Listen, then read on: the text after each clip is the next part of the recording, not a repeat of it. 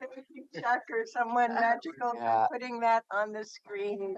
All righty. Well, good morning, commissioners, and welcome to another fall rainy day. And over to you, Chair Harrington. Yes, thank you, Clerk Moss, and welcome everyone to a rainy Thursday, November 6th, 2025. This is Chair Catherine Harrington for the Board of Commissioners Roundtable today. We have a full day ahead of us. We have a full complement of county commissioners. This is Chair Catherine Harrington. I'm joined by Commissioner Nafisa Fai, Commissioner Jason Snyder, Vice Chair Commissioner Pam Treese, and Commissioner Jerry Willey. And I'll take a few minutes to get us settled and talk about an item that we gave ourselves a homework assignment for. So you all have the latest rolling agenda. We have some good solid work to do between now and the end of the year. We have a opening of the Hillsborough Permanent Shelter coming up on Friday, November 14th. And let's not forget, tomorrow we have a full Clean Water Services Board of Director work session day. Excuse me. The month of November, we only have 2 business meeting days, so we have no board meetings next week.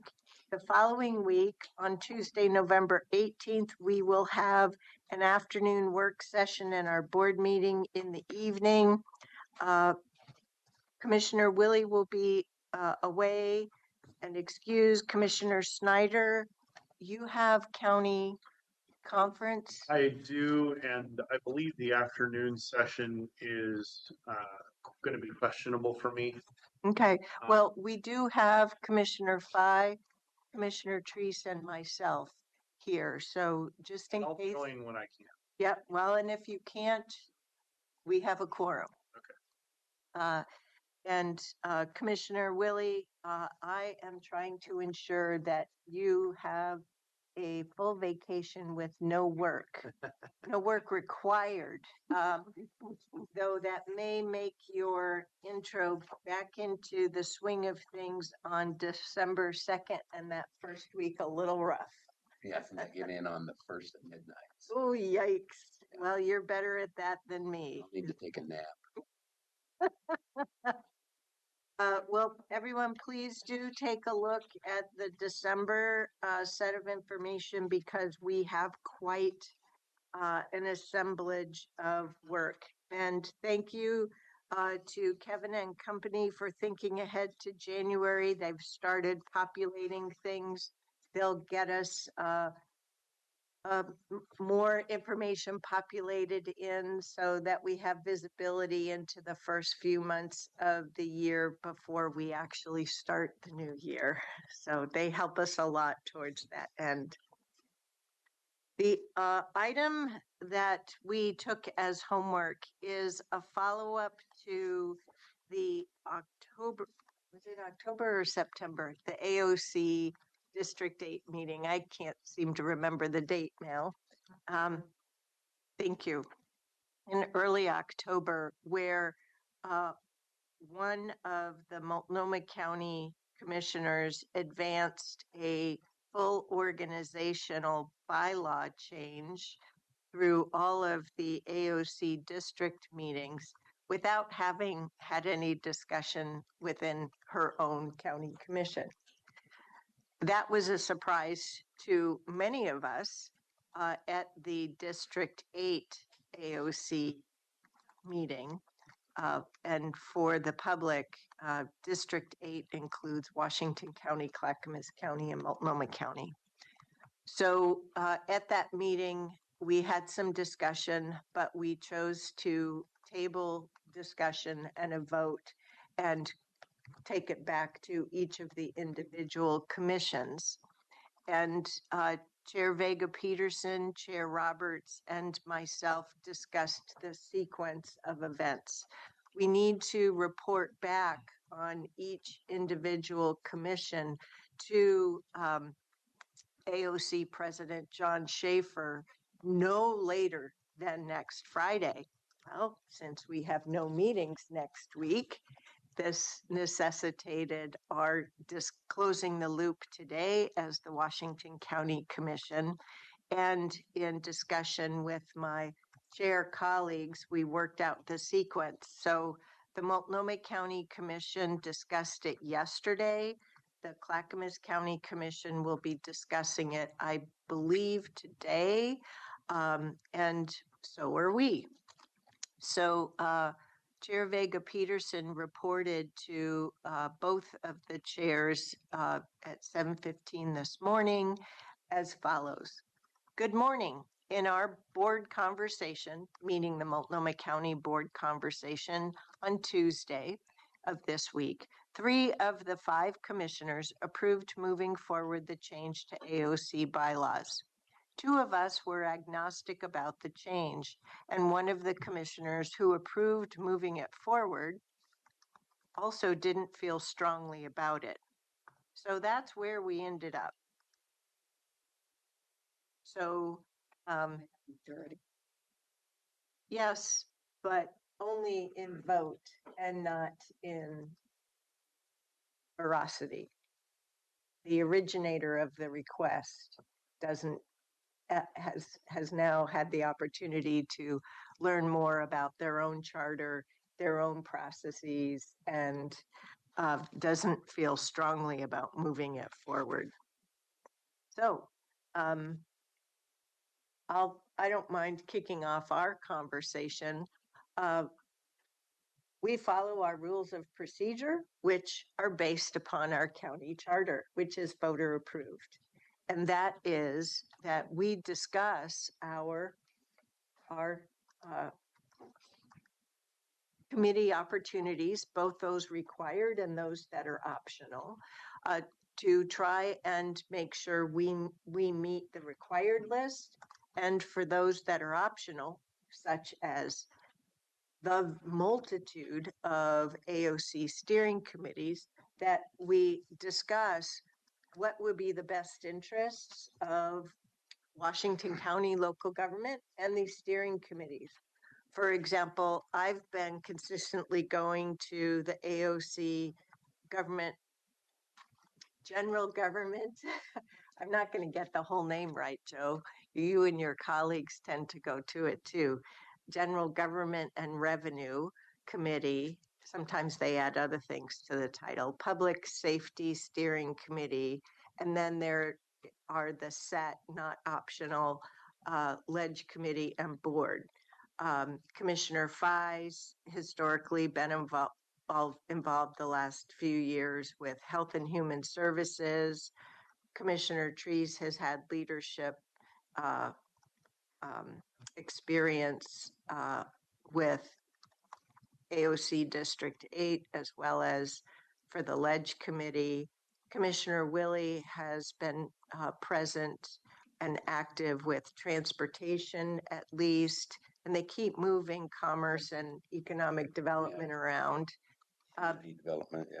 Yep, and Commissioner Snyder has reported moving forward, he plans to be active with public safety as well.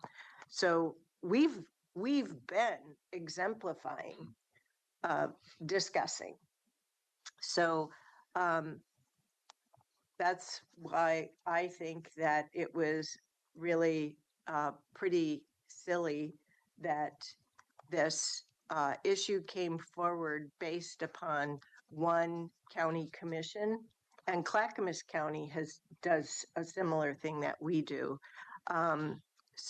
And is causing all 8 districts to consider a bylaw change. And some of them in their district meetings, as we heard from the executive director, weren't real happy about why this was here. And so towards that end, I still think my individual 1 of 5 here is I am not interested in seeing this advance. Why make the whole organization go through this?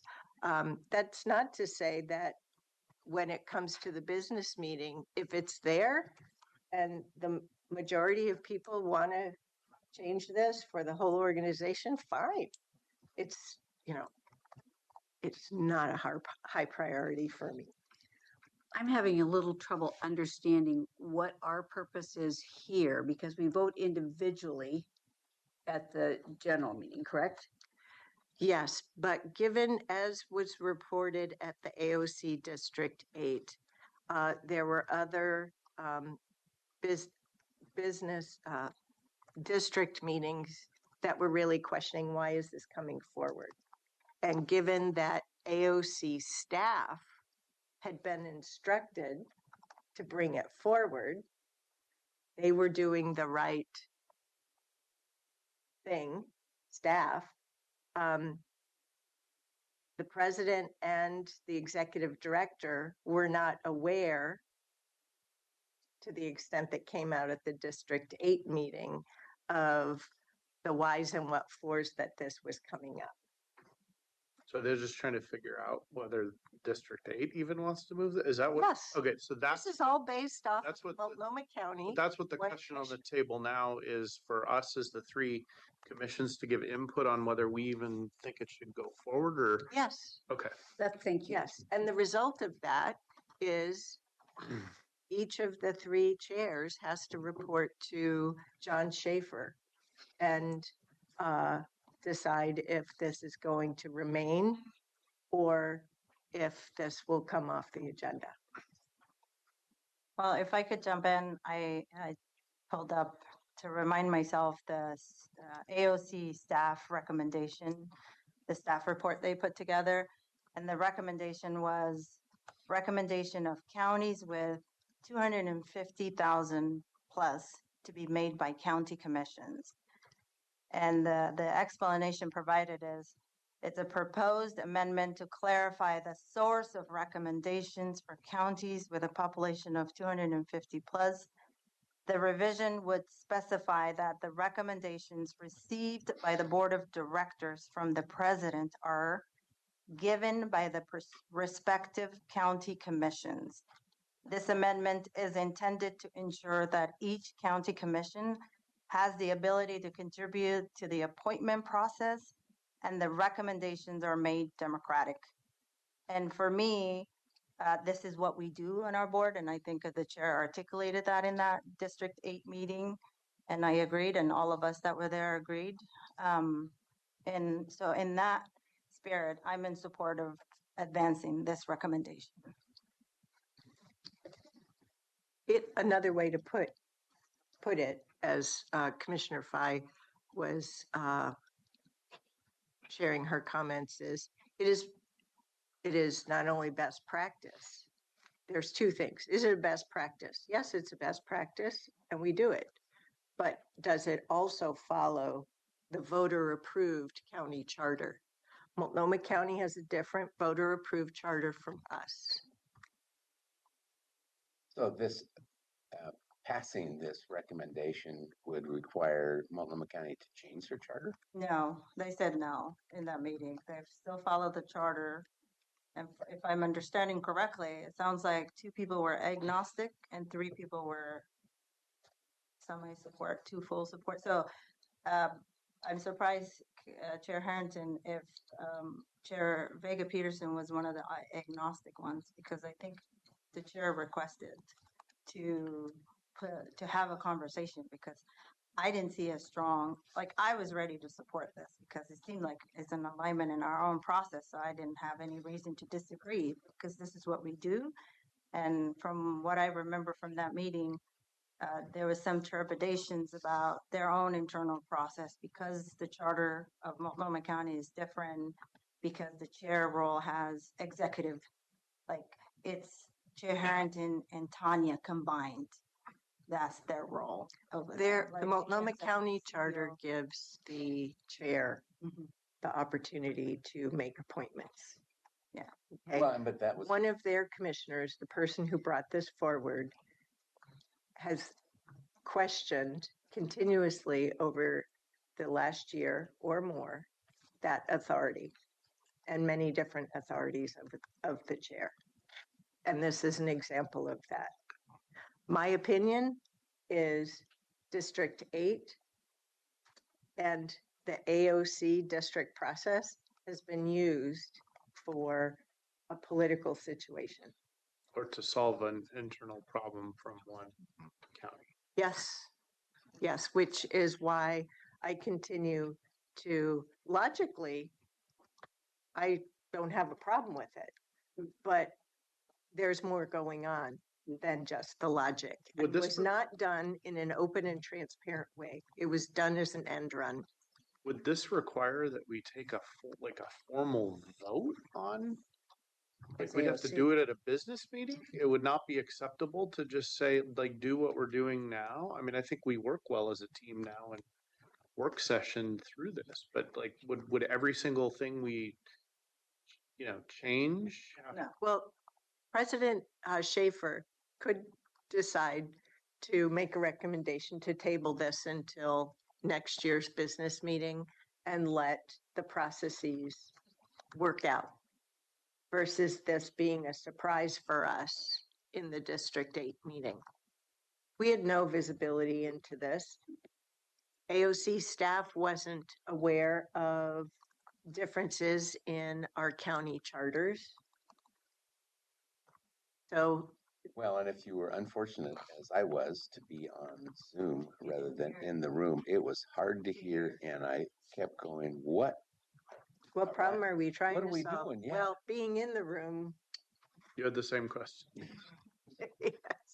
Well, I think if this is our normal process but it's not the normal process for another county because of past practices, it's not based on the charter. The charter is pretty clear what they can and cannot do and what the authority is. But from what I understand, I think it was Julia Brim Edwards, Commissioner Julia Brim Edwards, that brought this forward.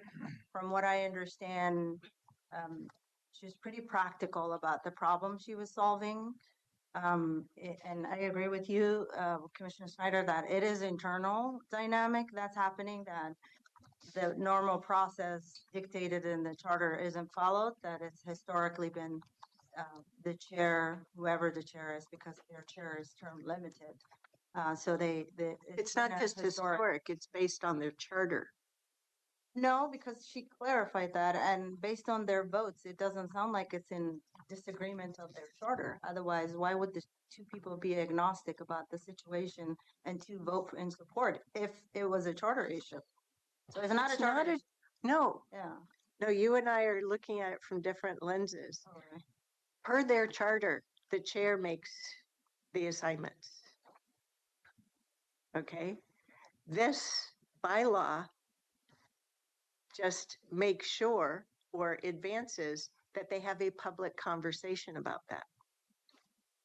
Yeah, but Doesn't change their charter. I guess gonna- that's where I was confused too. I was It's- thinking, we're gonna do something, but it really doesn't do anything. And for us, so why unless they're following their I'm charter. just gonna say, I don't think this is a good use of our time. I think we should stay out of it and recommend that they bring it forward? Well, I think that do what, they solve their internal problems internally. except that for me, I don't want to stop a process to make a change to AOC. But she didn't use a sound process bringing it forward. She brought it to the District 8 meeting for discussion there. I don't know what would have constituted a different process. She didn't bring it to her own commission for any discussion or consideration before bringing it to AOC District 8. We were all somewhat surprised to see this on the agenda and was apparent in the meeting. AOC staff had not had a chance to understand the difference of our 3 District 8 charters. That's why I say, I think that we should just table it for this year and work through better communication for next year. We could end up in the very same place, but this Can we make last that minute, recommendation? I, Can we as a- may I finish? yes, yeah, we can. I'd just like to finish what I was saying, and that is that I was also sitting next to Megan Moyer at the time, and to that point, Chair, she was she indicated that she was aware. So I am confused about whether or not there was awareness at their commission. And my whole point here is I don't want to stop a process to have the entire AOC body determine. And that's where, for me, it's like, it doesn't seem that it should be District 8's choice when Marion County, for example, is also at that level of population. It doesn't seem like our district should stop the process moving forward to the entire AOC body. Whether or not I would vote at the AOC body in favor of this or not, Another story. that's right. But I'm just worried about the to your point, Catherine, what the process is.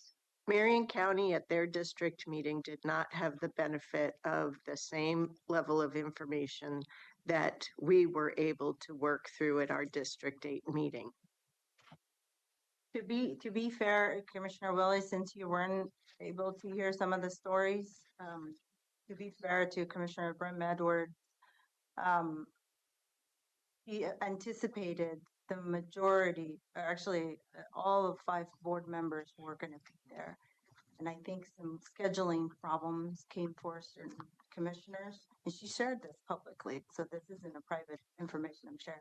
Right, it was That's, in the packet. Yeah, so she anticipated all the commissioners from Multnomah County to be present in that meeting, and then situational schedule related came up, and 2 members weren't able to come, and I think 1 came at the end, towards middle of the meeting, I should say, clarify. So that's why and I think she was anticipating, she said, that she'll bring to the full commission, so that there's no, but I didn't get that, I was surprised.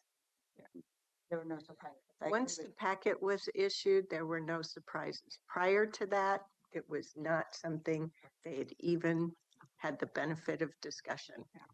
I don't think we should block this. I think we should move it forward and see what the whole body thinks. I agree with Commissioner Treese on this.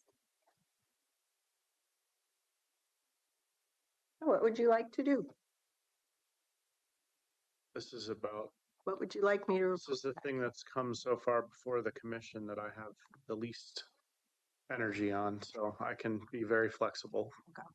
I'm with you on this. I mean, And I think that's where the Multnomah County Commissioners are as well. Well, Then it if should, that's the case and they're the ones bringing it forward to start with, that's interesting. That they no longer care as much. It's very telling. Okay, so what would you like to do? I recommend we move it forward. you on board with that? Yeah. You're think not this- even going to be there. This too. falls into the give a rip category, so I'll agree with you. Okay. So what would you like me to report back to? well, President why don't Schaefer. should we take a vote here so that you have numbers? Just make a statement of what you think the board direction is. I think the board direction is the AOC's recommendation in their staff report that says recommendation of counties with 250K plus to be made by county commissions. And Move I it think- forward to the AOC business meeting. Yeah. Is the succinct way of putting it. There you go. Yeah, thank you. Chair. Though I seem to be the only one willing to put it to words. Okay, great. We're now done at 9:26. Exciting, like budget revenues. Yeah. So, Ms. Angie and company, we are ready. Great. I'd like Talk to, about something important. this is a very important conversation, Yeah. and I'd like to invite my colleagues, Joe Nelson and John Steyer will be leading this presentation today.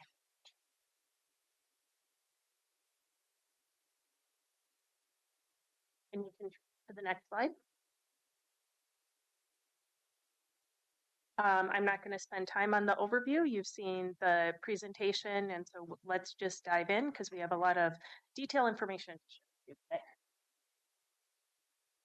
So, both of us are present to the topic. Yes. As far as roundtable schedule, we are here on November 6th.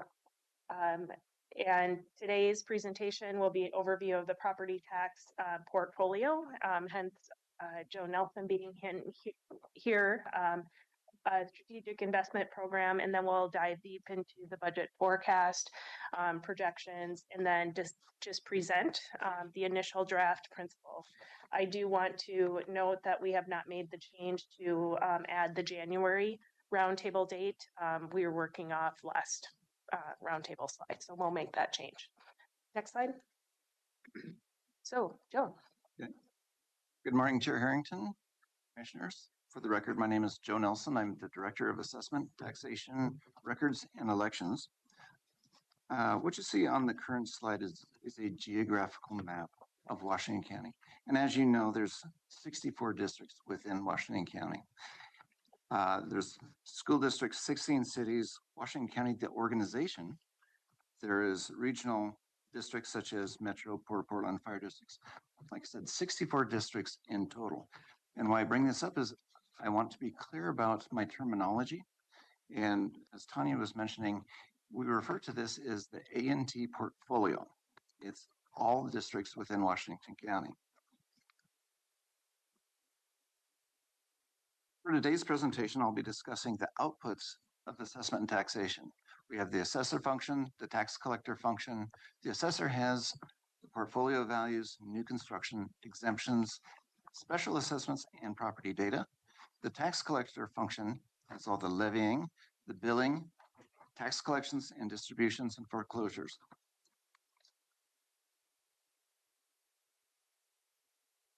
The total portfolio of all values in Washington County, the geographical boundaries, the real market value increased from 197 billion last year to over 207 billion this year.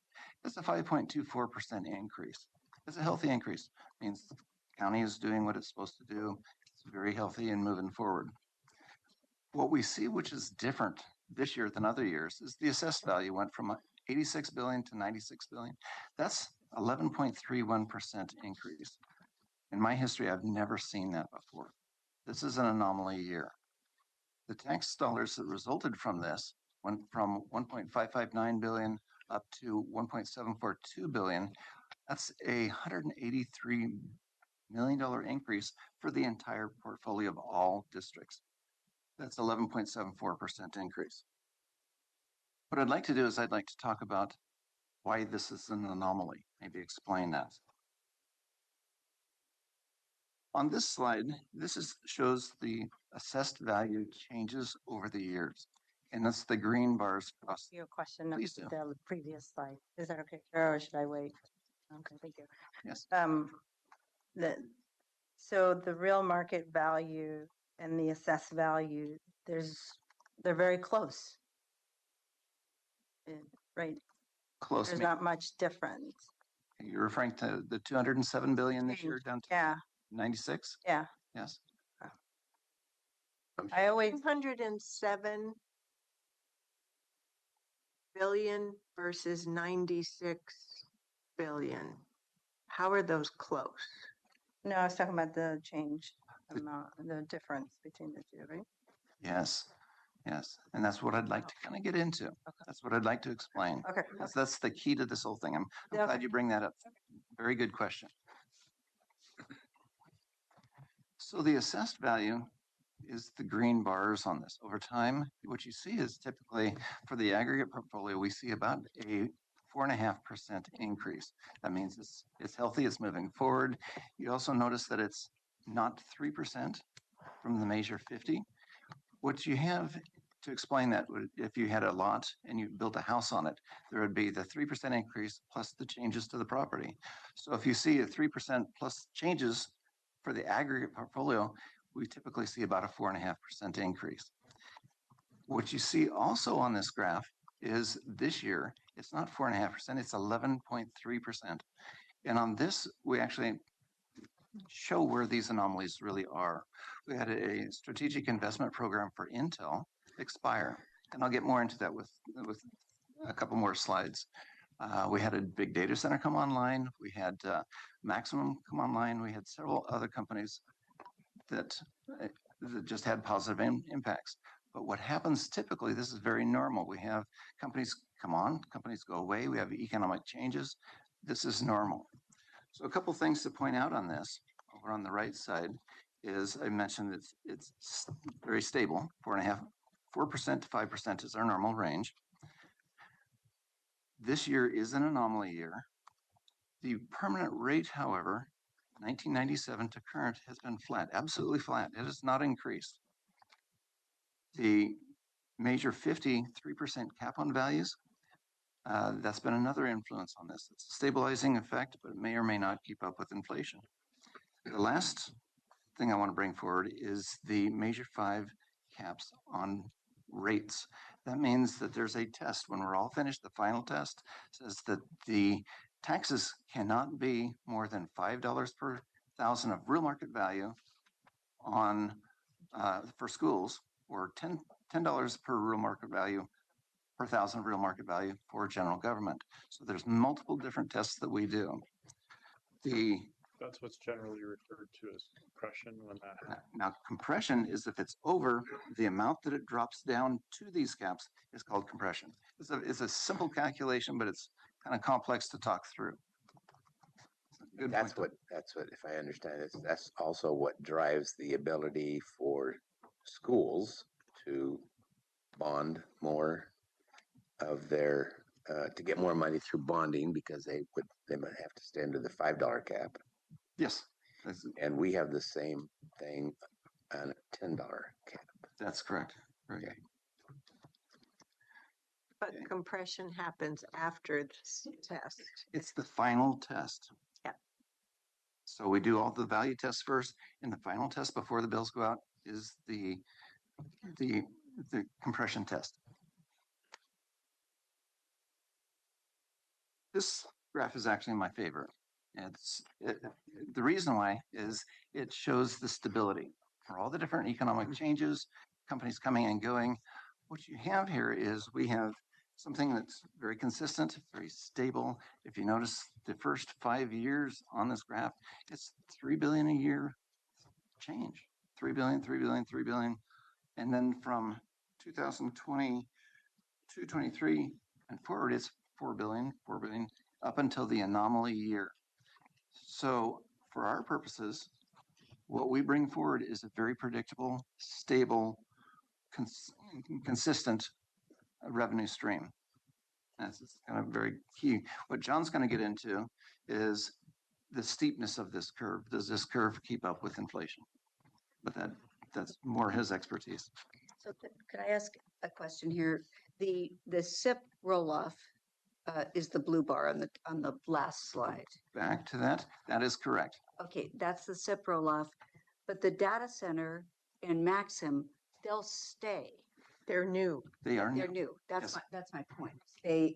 That's not. The blue one The blue is new. stays as well. Yes. The No, SIP that's right. ended, Yes, so it yeah. came back on. Yeah. It doesn't represent truly new for the county, Right, that's what I'm, truly new income. it's So what we deferred. yes.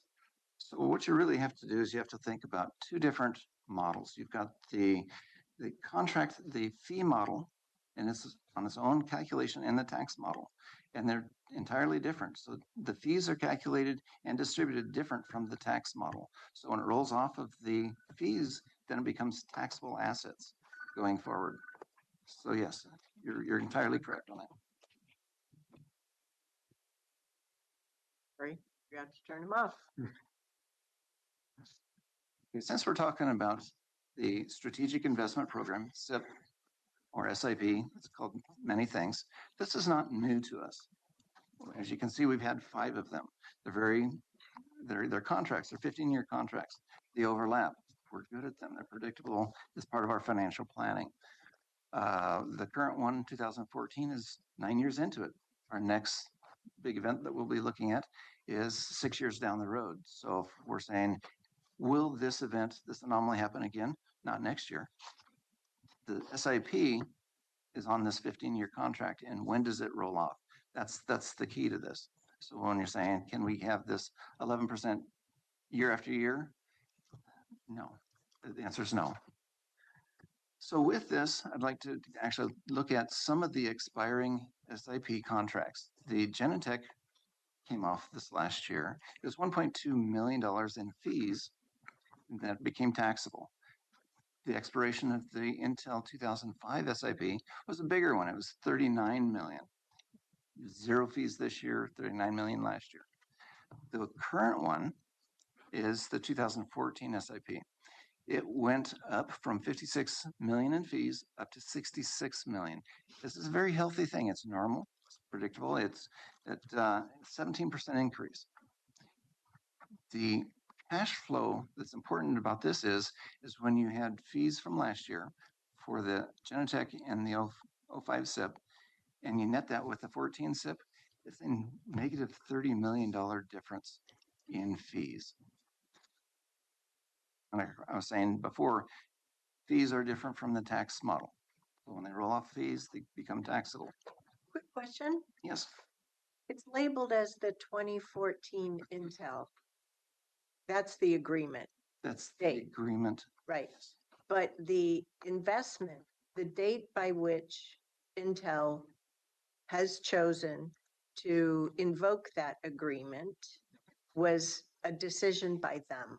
Yes, Do you recall when that agreement kicked in by Intel? Approximately what year? 2016-17. So back to your 15-year point, they may complete that 100 billion before the 15 years. And the 2014 SIP is written a little bit different. It's in 15-year increments, but there's 3 investment periods within that has a maximum Yep. of 30, but they're 15-year increments. Yep, and they roll. They roll. Yep. And so if history stands, before that it rolls off altogether for that final 30 year, they'll have the SIP next, whatever that may be. And it may get like this one, the 05 SIP had 8 years of overlap. So the 14, if it holds the same, may have an 8-year overlap as well. So I don't envy with a new board in 2027, your successor having to explain to a new board and a forward-looking date by which equipment that was invested under that agreement will be coming back on the tax rolls Yes. and see perhaps another anomaly. And it's predictable by these contracts. So we should be constantly we should be tracking these annually. Yep. And make them part of our forecast. Yeah.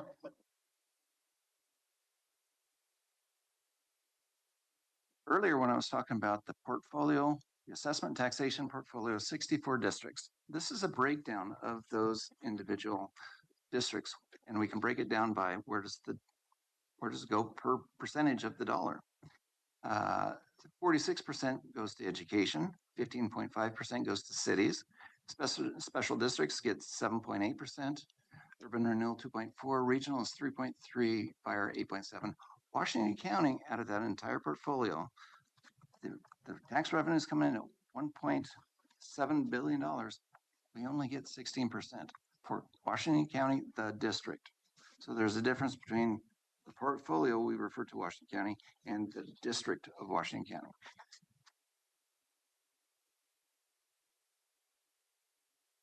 This slide actually is talking about the district, Washington County, the business, the operation of Washington County.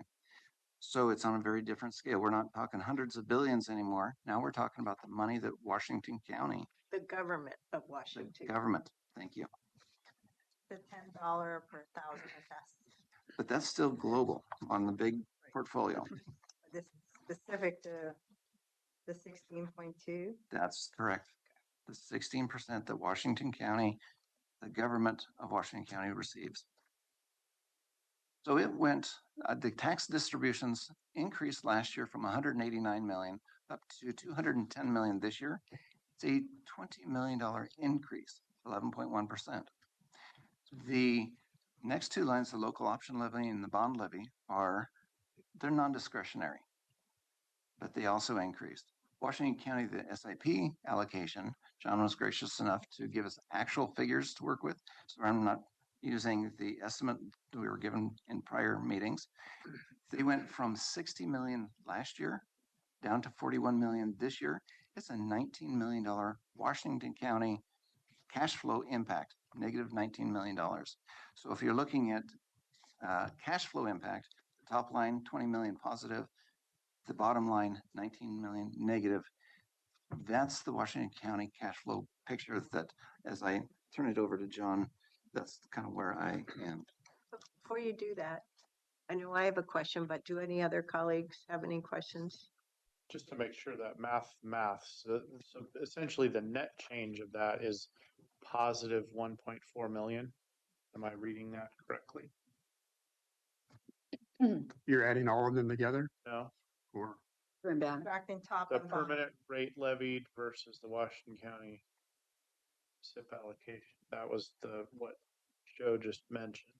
right? So that shows a 20 million increase and a 19 million decrease, right? So that's on that, So each of those are value line there. items. right? Each of those are line items. So the levy of separate funds doesn't go general fund, and the bond levy, of course, is for the bond approved by the voters. So that touches on my question to put a fine point on it. The bond levy, those go into special funds. Right. The SIP allocation, it's lower, but it's still 41 million. That goes into a special fund. The local option levy goes into a special fund. The permanent rate levied, so the 210 million is general fund. Right. And I would also highlight that the 210 million, so that's Joe's number. That's what he levies to the taxpayers. We collect 96% of that after discounts, a 3% discount for early payment and delinquencies. And that's been consistent over time. And those are the numbers that we put into our budget. So you wouldn't see the 210 million in the budget. You would see something less than that.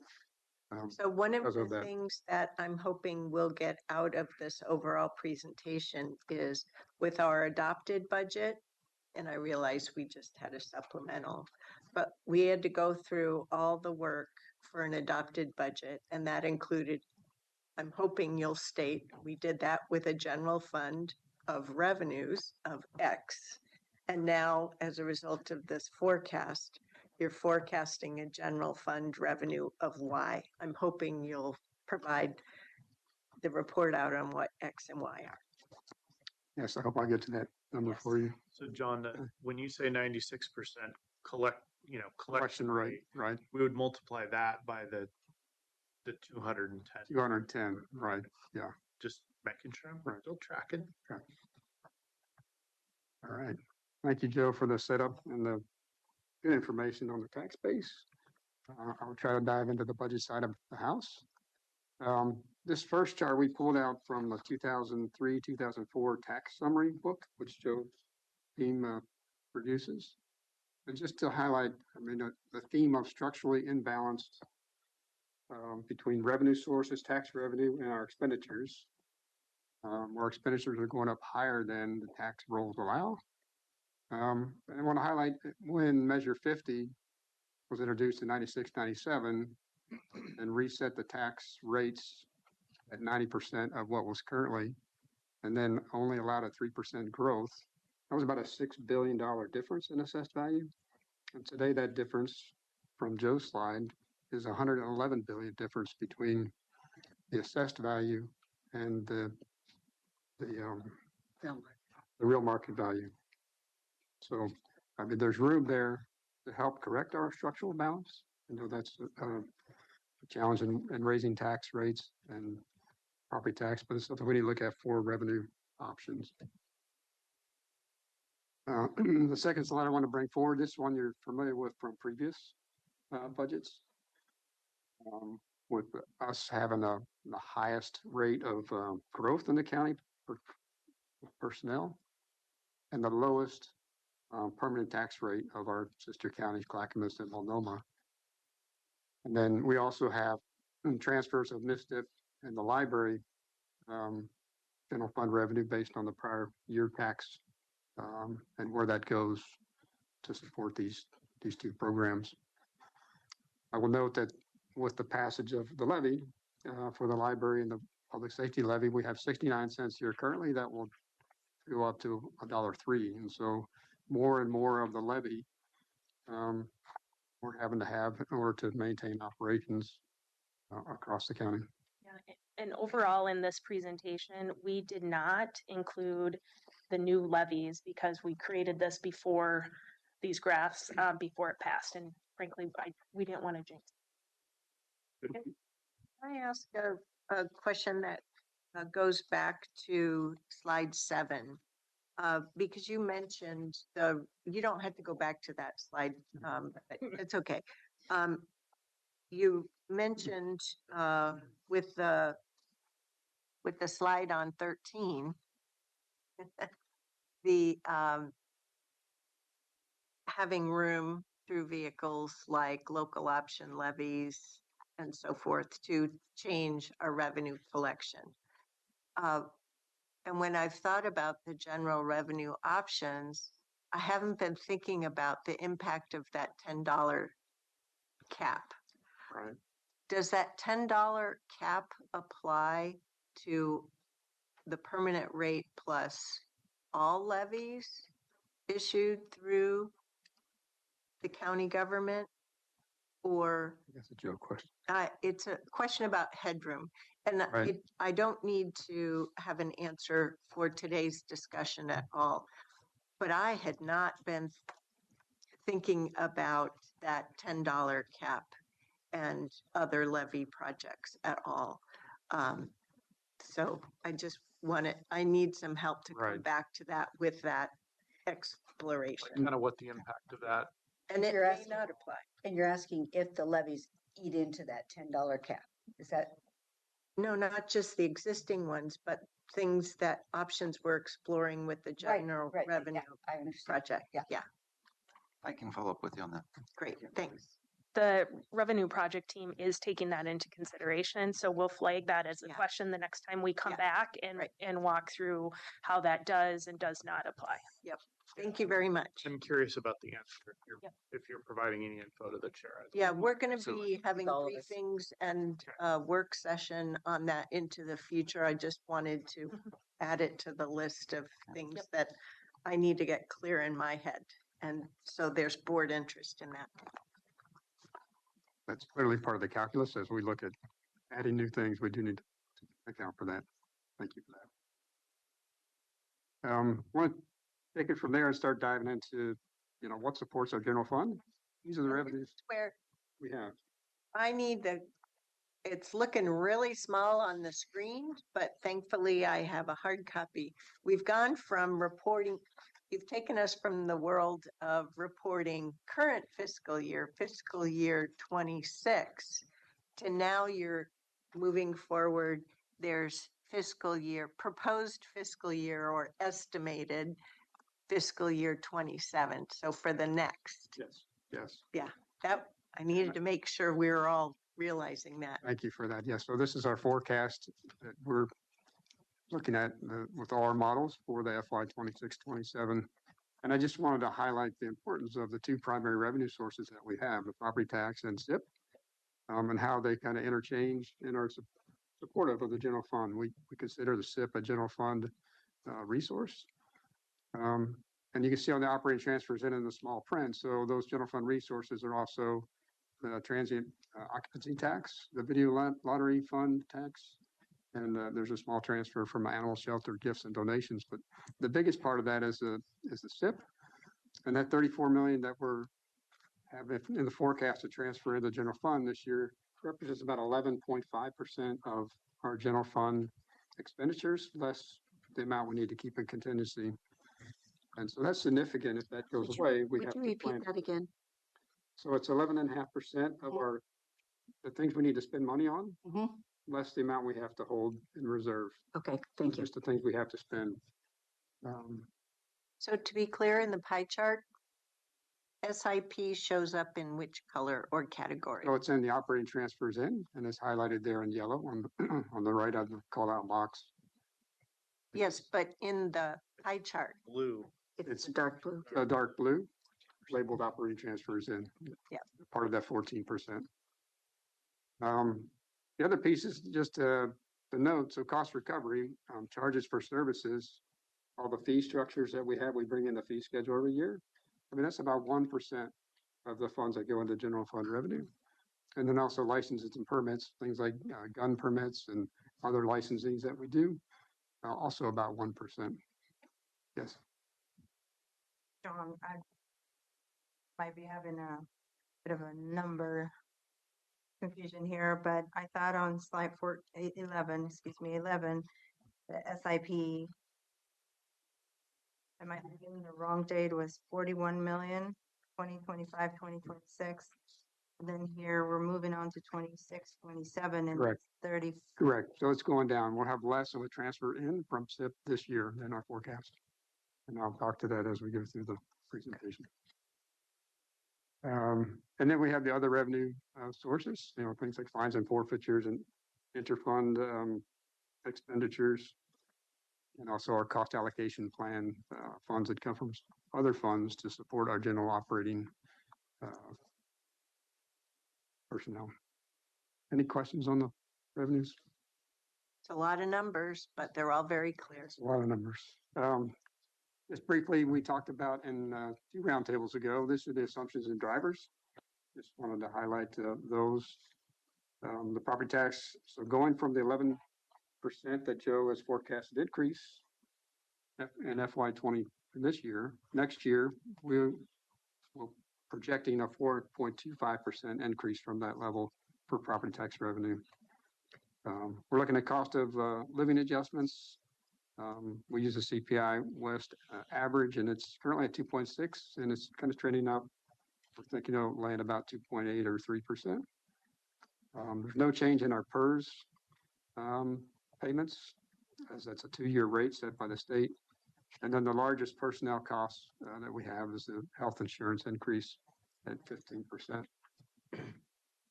Materials and services, we budget those on a 10-year trend, and they get validated as we go through our budget planning process with departments. That's been pretty consistent over time. And then just the other revenue expenditures from last year, we eliminated almost 80 positions to include variable and full-time FTE. And so we are committed to the sheriff's office to bring some of those positions back based on their ability to recruit. I'll talk about that on a couple slides. And then the other drivers and assumptions for SIP, gain share, TLT, and lottery tax we talked about last time. There has right now a fixed life though, right? It ends in 2030 currently. So it was extended last year, I think, to 2030.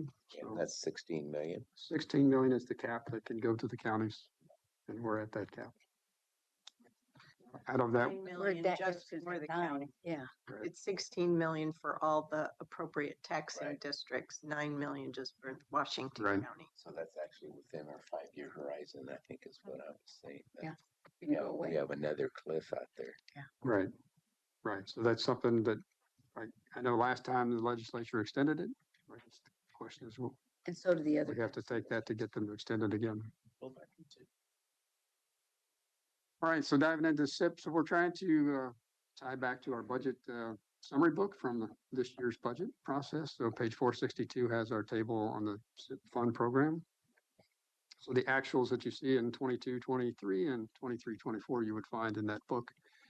And then as we go forward to 24-25, it's currently stated unaudited. So we closed the books in June of this year. The auditors are going through the books, and once we have the final numbers, then that'll be a closed out fiscal year. And then 25, 26, and 26, 27 are forecasting going forward. This year's numbers at 25, 26, some adjustments based on known factors. So SIP revenue, we had budgeted at 41.9, and based on the numbers coming in, it's a little bit less. So 41,240, you will see in that second column from the end. I'll just highlight, so the transfers of general fund in the yellow and the red outlined box. That's the number transferred into general fund that I talked about on the pie charts. That's important to keep whole of the general fund. And then there's other expenditures below that that may go to other funds based on the direction of your board. For example, we put money from this into the ERP transition. We put money into critical infrastructure and other programs as directed in working through that. So any questions on this slide or SIP program funds?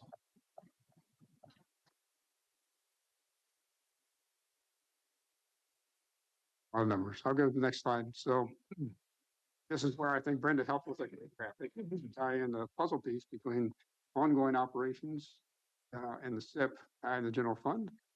And Joe talked about the investment tranches of Intel 2014. So the next drop off will be in FY33 and then in FY41, and those are predictable. And so we have to plan for that. And so just to highlight, with SIP coming off the property rolls and the property tax rolls going up, we took that into account in our budget planning this year, 25, 26. And you can find on those pages in the book that we programmed for a 31% decrease in SIP and a 10% increase in property tax revenue. The difference there, Joe's 11.3 versus 10. We look at the 96% collection rate, and so that I think that's how the numbers trickle down. And then so going into 26, 27, property tax we forecast as stable growth about 4.25%, and that's what's in our forecast. All right. Yeah. You see that the graph you showed earlier with a steep curve and a lot more than 4 billion change this year. We're seeing the results of that. I mean, your forecast is for that to come right back. Right. So it's a bump up. It's kind of just a jump in the line. Right. So on the general fund forecast, just to highlight just talk through the table again, tied back to page 40 in our budget book, the actuals for 22, 23 and 23, 24, the audited of last fiscal year. And then the blue lines are forecast adjustments for this year and also looking at for next budget year. Forecast highlights there on the right, just to highlight the property tax rate increase, our general fund transfer, which as Commissioner Fye noted is down from last year, based on the ability to keep our reserve at the appropriate level in SIP, the amount that we can transfer. And so we'll look at that as we go through our budget process, if we are able to increase that or make some adjustments. At the end of the day, the budget gap we're projecting is 7 million. And that's about 3% of our expenditures less our contingency reserve. And I would note that that's the lowest number in the last 5 years that we've had for a gap. And so I think some of the work that we've done last year has made a difference. Hasn't made a difference as much as we would like, but that's where the numbers are falling out. But there's still a gap. There's still a gap. That's an important message. Yes. Us and the community, I think. Absolutely. Problem is, if you extend that out over the next 5 years, Right. So it widens. Slide. it's still gaps. Yes, it's still, and I'll get to that in the forecast as we Yeah. go forward. The end is not near. You're absolutely right. Because we have that structural instability between property tax and our expenditure rate going up. This is where pre-heart attack, I thought my chest pain was just related to stress with all of this. Now that I fixed that, I still have stress over this. But try to take it in better stride. So do I. Yeah, please don't stress, Chair. But I would add that I'm thankful that our community supports public safety in the libraries and those levies passed. It also helps relieve pressure on additional things we'd have to do in this budget year. So appreciate it for that. I'm going to stay on that high for at least another week. With this slide, I just want to highlight the reserve policy and just to make sure that the calculations, you understand how we come up with the numbers. So for the operating funds, we budget a minimum of 4 months, and that's to ensure we have money on hand until the property taxes come in early November, late October. And that's calculated by taking the estimated property tax, less our misdip and library transfers, and then doing the 4-month reserve. So $48 million is the amount we would have in the reserve for the general fund. Then the other piece of the puzzle, the SIP side, we take the average of the last 3 years of transfers in to the general fund, and those numbers put us at 38 million this year. And so those are key sources that we have to make sure we have a solid foundation in our budget structure and are prepared for contingencies and also maintain our strong credit rating.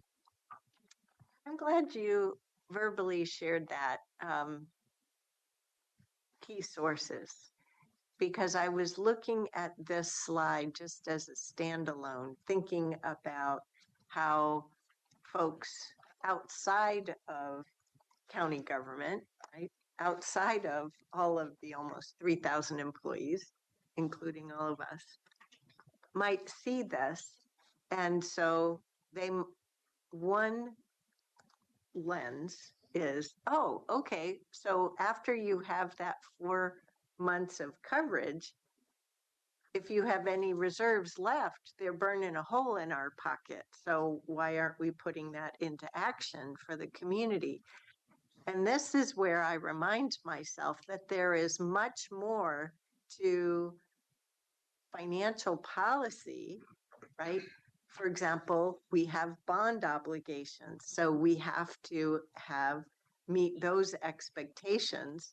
We also have our, which is related to our credit rating, but we have other obligations not listed here on the slide that our reserve policies account for in our financial prudence addresses. So there's more to it. I guess there's another bullet. This gets at the sources, as you talk about, but the word sources may not be clear to everyone. So that's all. Yeah. It's complicated. Unfortunately, it's complicated. Rather than leaving that phrase in there, I wanted to highlight that we should also say that there's more to responsible financial management. Thank you for that. So as we're looking at our budget year this year, so general fund pressures that we have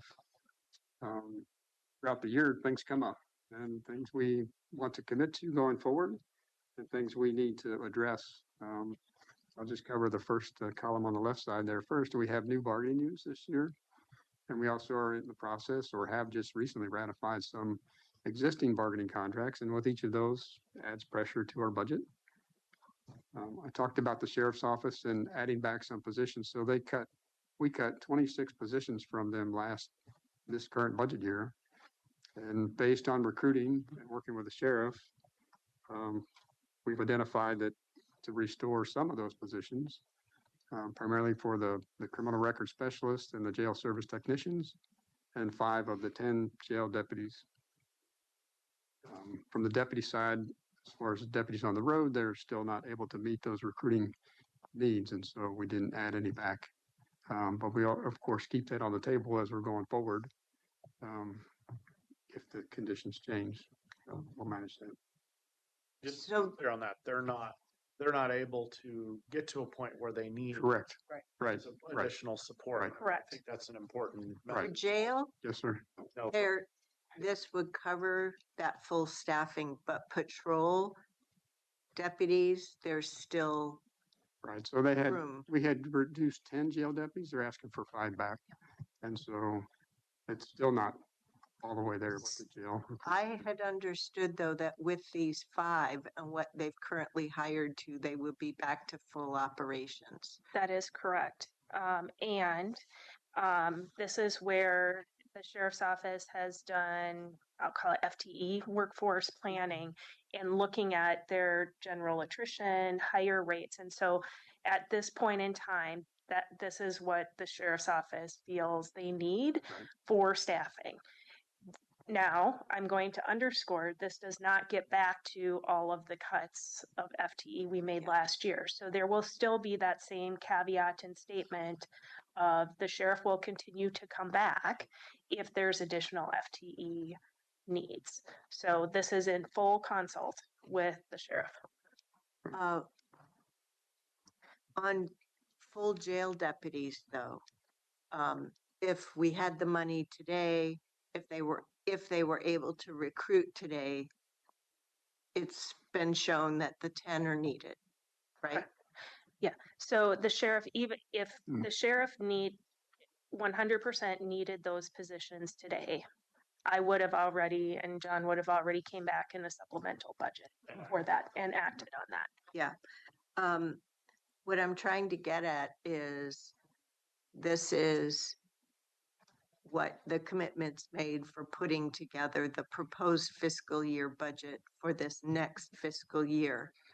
But I'm trying to keep in mind that there is that future need to restore FTEs in either next year or subsequent fiscal years because the need has been proven.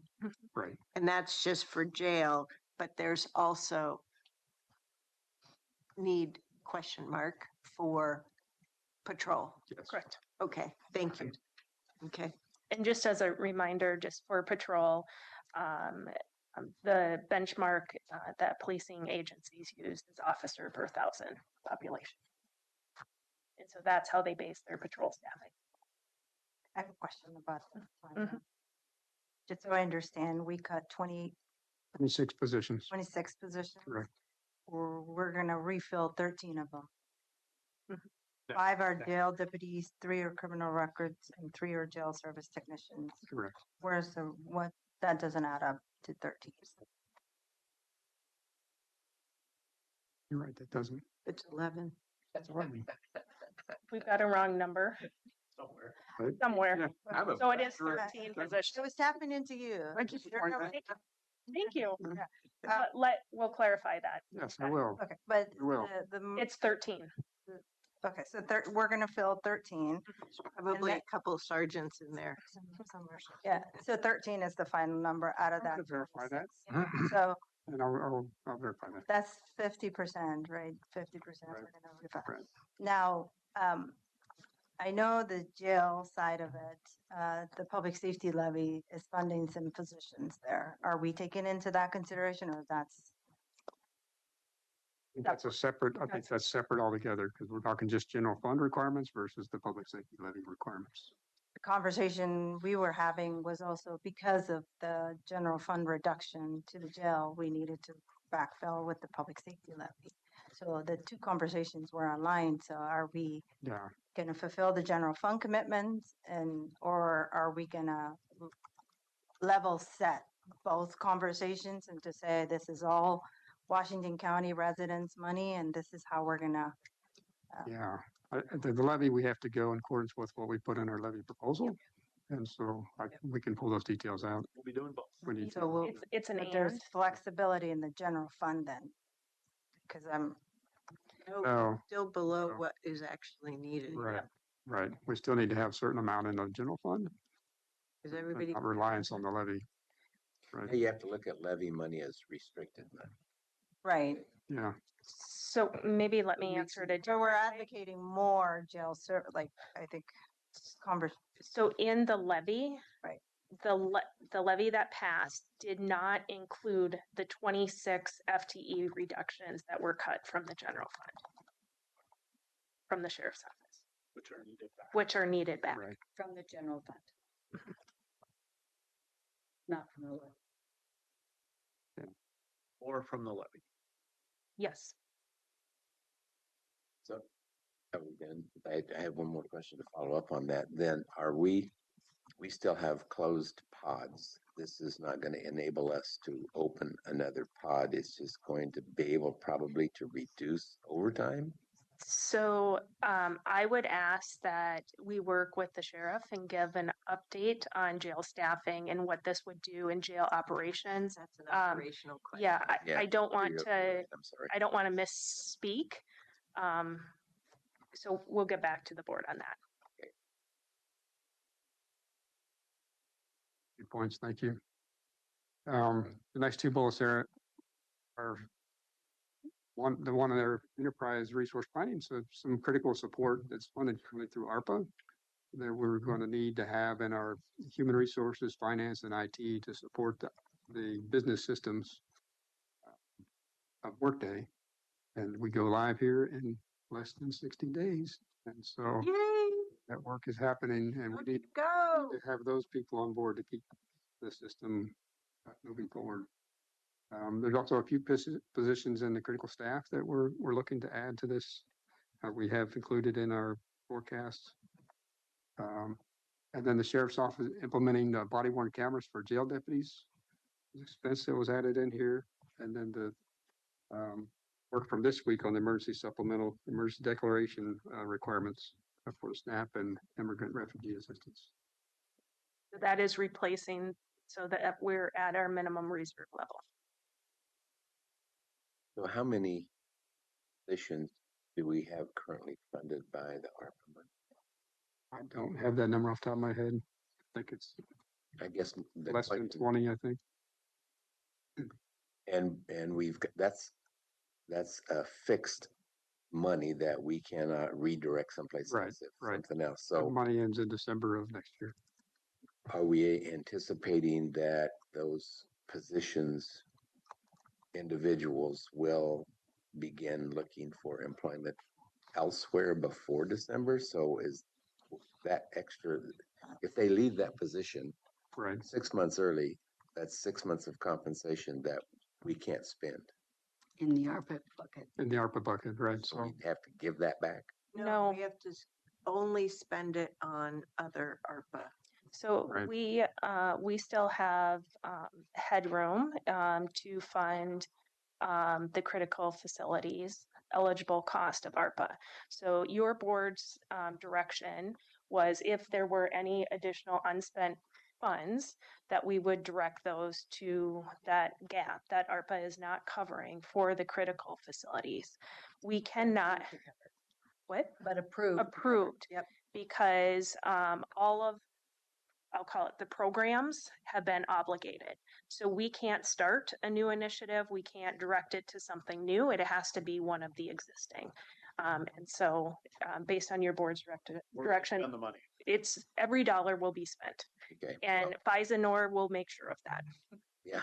Well, and I guess it just occurred to me that, you know, quite frankly, a good portion of those employees will be looking for employment early. And so I just wanted to make sure we weren't going to give that money back. So thank you. That's the yeah, answer. I yeah. need. No, I think that's something we're taking into account as we're working through the process Mhm. and with FISA. Yeah. Just moving to the right side. So our capital improvement plan, we have not included any additional costs for that in this forecast, but we do have unmet facility needs and underfunded requirements for new construction. In the FY 26-27 unfunded amount in our CIP, we're going to look at that in the process to review the CIP and see if things can be moved to the right and adjusted. And so we'll come back to your board with the CIP To the right results. getting funded What does it mean deferring some things? or defer. Okay. Right. So there's about 53 million in our current plan next year that's unfunded. Some of those projects, so the biggest piece of that is design for the jail. You know, can that be moved to the right? There's also some other projects for structural or other maintenance requirements that facilities has on the list. And so we have to assess those in the CIP process. And I think we have to, I reminded myself that Ms. Angie and Laurel Brown came to us and showed us that in order to deliver the current fiscal year, right, last year's proposed budget, we took our standard down to what I label just above bad, just above kicking the can down to the Almost future. crumbling. Yep. Uh, that bad line to me is readopting or once again on that path of decrepitude. I'm going to keep using that word decrepit. And I can't bring myself to do that. So this will be an area that I'm focused on and making sure that we are doing the responsible thing. So we no longer have these buildings that are on the cusp of being unsafe. And the long run cost of maintaining them ends up being more that way too. Yep, and no longer Don't wanna do deferring Right. that we have building needs such as the jail community corrections capacity and other things. These are not nice to haves, these are must haves. And I agree 100% with the line, but it's documented. That's the good news. It wasn't previous. Right. Oh, We know what it is. yes, Yes. very good point. Right, we're Absolutely. better off today Making than, progress. Yes. than where we started. Absolutely. Absolutely. But I can't just, as one of five, I can't just throw up my hands and say, oh, that'll be somebody else's problem. Keep No, pushing it off. No, No, we need a plan. We need a longer term plan. thank you. Which brings up the uncertainties that we have not included and with federal and state grant funding potential. We are working on the classification and compensation study, and to implement that could be a significant increase in personnel cost as we look at those classifications across the county. We have the museum collection that we're also in charge of the documents, records, and artifacts and disposition of that I think is coming back to your board soon. And then also facilities for the medical examiner and equipment. So probably more, but This is where, similar to the point you just made, Commissioner Treese, we're far about our known unknowns than we've ever been. And it actually gives me comfort as I sit here as one of five in doing this work together with our executive team. Far more responsible. It's hard, certainly, but we know how to do hard things together.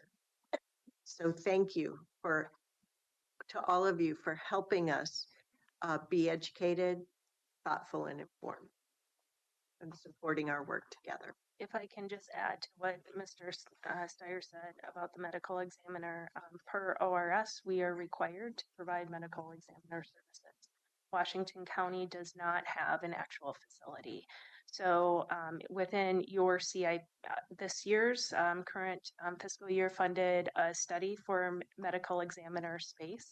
We'll be coming back in the near future with that information.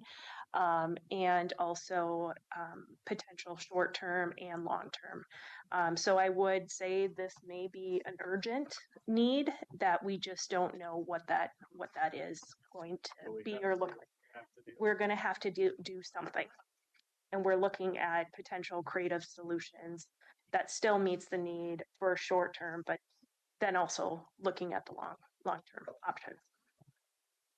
Just not going too far off topic here, but what are we talking about in the medical examiner environment of a location? How many, without being too crude about this, how many bodies do we have generally? I mean, what's the significance of this? Yeah, because I'm thinking of They'll come back to us with all those trends in history. That'll be part of the board presentation. Yeah. So we will come back to that. This is another space I don't want to be just throwing out numbers without making sure I'm accurate on that. Yeah. But I remember hearing recently some number around there are more deaths than births. Yeah, I Yeah, get that, but replacement rate. we don't, the medical examiner doesn't Right. store every Right. death. Yeah, okay? but So just what is that? These are good questions. We'll come back. The replacement rate is a different Yeah. thing. No, I was just using it like, Mhm. yeah. Good questions and discussion. Thank you. That is another unfunded mandate that we've experienced. Correct. I just want to, 100%. I just want to, mandate along. it's been a minute. No, it's 2023. The state changed their position going back Recently. 2 or 3 years ago, and we've been on a trend. But we're now at the point of urgency where even temporary management solutions have a very short-term life, and we have to come up with a better plan. I remember the government relations team fought really hard with the soccer, and Aaron Doyle worked really hard. Thank getting you for the background information on out that. there. All right, moving forward to our general fund 5-year forecast. So the structural imbalance between revenues and expenditures being the red line at the top, and our revenue, property tax and other sources, the blue line, diverging over time. And this is a similar graph that we've seen in the last couple of years. And then below on the bottom with the bars, that's our contingency reserve requirement. And the purple line is, between that and the bar is our gap. 7.2 projected this year, growing to 15.6 in the following budget year. And then some of the revenues and expenditures I talked about before. I do see I have another number wrong on my slide here. The SIP transfer should read 34 million instead of 36. But the key on expenditures, personnel services are going up at 8% a year, and primarily due to healthcare costs. Materials and service about 6.4%. And then our MISTIP and library transfers in accordance with our property tax growth at 4.25. And then going through the next 27, 28, a couple of years out, we think revenue is stable in our forecast. And we'll continue to have those inflationary pressures. So I have a question on this slide.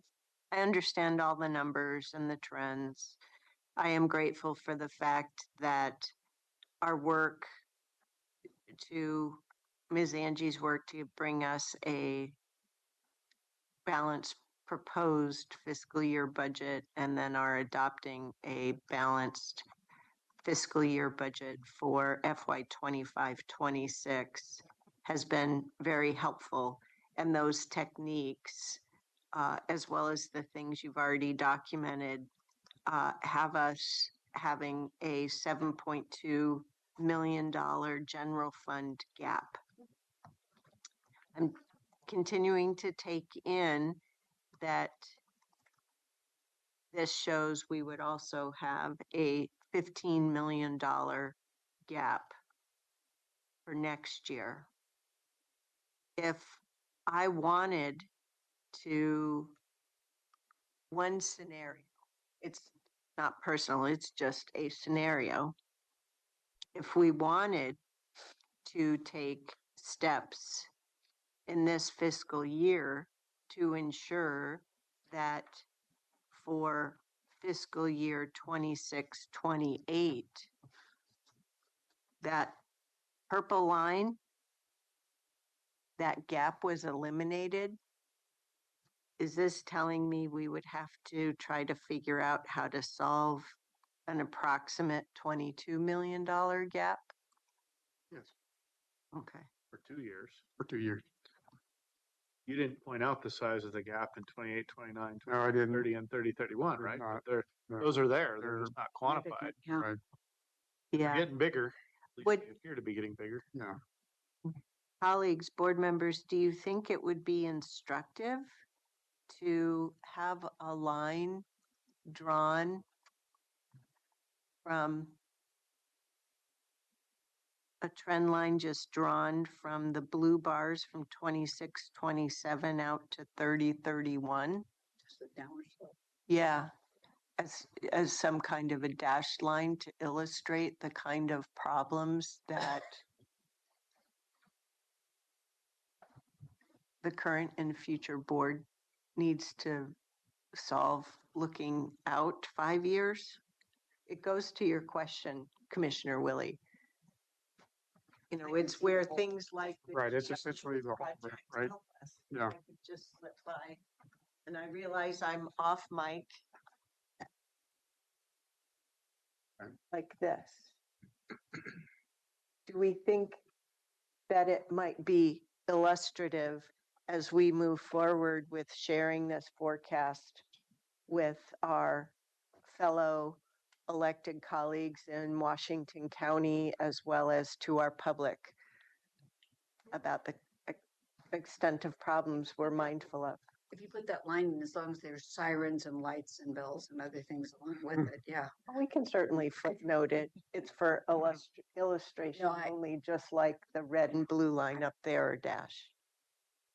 If it's helpful, we could for 28, 29, 29, 30, 30, 31, we could also put the dollar amount in That in is those helpful years too. as well. Um, Well, and But I think people start get overloaded on numbers, right? The numbers you are trying to get us to focus on are the 27, 20, the 26, 27 and the 27, 28. right, And that's where I think a dashed line is a better indicator for the forecast, not for GRO project. and I think for the GRO project, we could have a different graph that shows that gap along with identifying the CIP gaps and other things, so we can see the whole totality of the funding needs. I can also draw my own line in, that's fine. I mean, we should, in the DRO project, to me, we need to be matching what you just described. We need to be matching with the solutions that Yes. we're selecting. Absolutely. Okay. And You I know, saw a lot of head nods of the line, Chair. You don't have to do your own. Yeah, I think the- the And the Yeah. number. trend line is fine. Yeah. You know, the thing I took away from this slide is, I think we somehow have to articulate that we have a spending problem too here, Well, expenses. I think it's inflation. It just, we don't have the resources to keep up. Right. But it sounds like we have revenue and then the expenses are going up and up and up. Absolutely. So we have to figure out how to Either do less. do process improvement on that and what that entails. Right. Doing less, what does that look like? And then the other thing I was thinking is what, maybe it's a bit radical here, but I know we've solved gaps that were 30 million, Mhm. 20 million, right, in the past. So what does it look like if we were to solve the problem for next year within this year and combine the 15 and the 7 here and try to address it so that, I mean, that's one scenario, right? Like, what does it look like and how painful is that conversation? I think, may I jump in here just for a minute? Of course, it's a conversation amongst us. I think there's two things that are really important to remember is the inflation rate, what our service levels are, and what our expectations around our employee base are. Because at this point, our major cost expenditure is our employee base, and that ties directly to what our service levels are. So I can't see that. We've talked about this. We're in the 5th year of this cycle. We have cut and cut and cut, and now we have to be measuring what our service level looks like versus what our resource to provide that service level in terms of our personnel, because that's where we are left in terms when we look at cutting is, and I defer to Ms. Angie, but that's my view of where we're not going to stop inflation.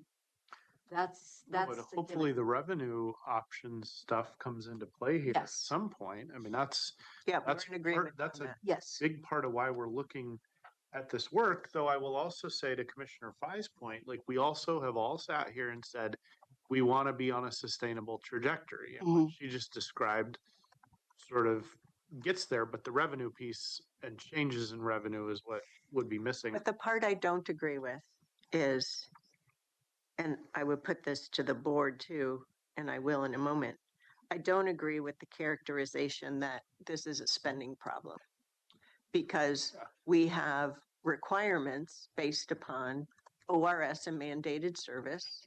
We have requirements based upon our own employee union contracts. Okay. We have the external effect of, we don't control inflation. We don't even get to influence inflation. So the external, to use a characterization of a spending problem is, I believe, inappropriate to the situation. We can only spend what we have, and we have proven we are very responsible with that. And our credit rating shows that. The cost of doing business is That's correct. That's correct. But I'm just one of five, and I want to put it to my colleagues to make sure that we don't end up with a mischaracterization taking hold, because we've lived with the mischaracterization and inaccuracy of deficit applying. I would agree, and I think I'm not sure that that's what Commissioner Fine meant. It's more around what our expenditures are and how we meet what our needs are. Well, I meant what I said. I think I'm just reflecting back on this slide here. And I think, yes, I agree with you. But, we do have a revenue problem, but then we can't leave the side of the expenses side of the problem too. So I do think that it's important to be transparent in this and how we're interpreting that. This slide does show the two sides of the problem. And I think in our power, we while we can't control, and I think I'm not sure, I think, like taxing residents isn't the answer, more revenue, but sometimes we have to make the hard decisions of saying, well, how do we control our expenses? How do we control the things that we can control? And this slide, there's a red and a blue, and both problems are presented there. So I don't know, I don't want to get into the semantics of it, but there's two sides of this problem, and both are presented in this slide here. So it isn't. I think the challenge, though, is that many of the pressures, if you look at the various slides, many of the pressures on the expense side are things that we either have very little control over or no control over.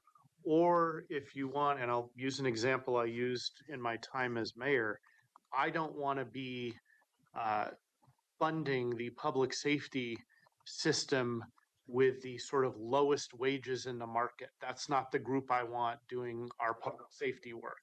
That's an example I used in past because it illustrates the fact that you have to be competitive in your wages and be at market to be able to provide good service. And that's just one example, but I think it's helpful. I think, to be fair, last budget, correct me if I'm wrong, it's less than 50% of the general revenue goes to public safety. So to take your narrative, I think then that would put us to be 70%. And then we can make the argument that we need to, but I think what you're saying just an is the example. reality right now that exists, that we're not funding public safety like other jurisdictions do in terms of percentage for general. Yeah, I'm was really just trying to say we don't want to be in a downward wage spiral fight over trying to compete for people that are in the policing or law enforcement space. But that's one department or one area. That could be said for every department in the county. But the things that are driving this are healthcare costs, which is not something we have a lot of control over. We have maybe a tiny bit of control. There's been some work done to maybe make some benefit design changes, but that's really on the margin kinds of things. We have a problem with the healthcare expenses in our entire country.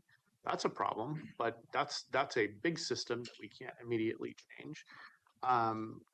We've got the labor costs that we just talked about, and we've got a structural imbalance. I don't see a ton of that where we can, we're not going to process improve our way out of the the healthcare cost environment in the United States. Like that's just not thing. And I don't think we're going to process improve our way out of the fact that we have to pay market wages. And those are two of the biggest things driving this. So I just, that's what I'm concerned about, the characterization of that.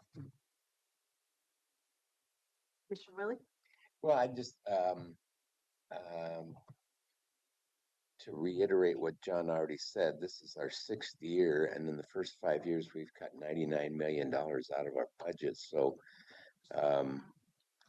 certainly managing our spending has been forced upon us, and that's what we continue to have to do. It'd be interesting, John, to see this graph here actually go back to like 2019, because I'd like to think 2019 was kind of normal. But The then, good old days. but then that was also, Unprecedented times. Before we had a CIP, before we knew we had unfunded critical facilities, before we knew we needed a new ERP.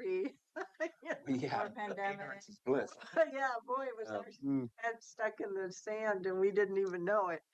But along those lines, it would be interesting to know the partially funded and unfunded mandate number, how much that has impacted our $99 million of cuts.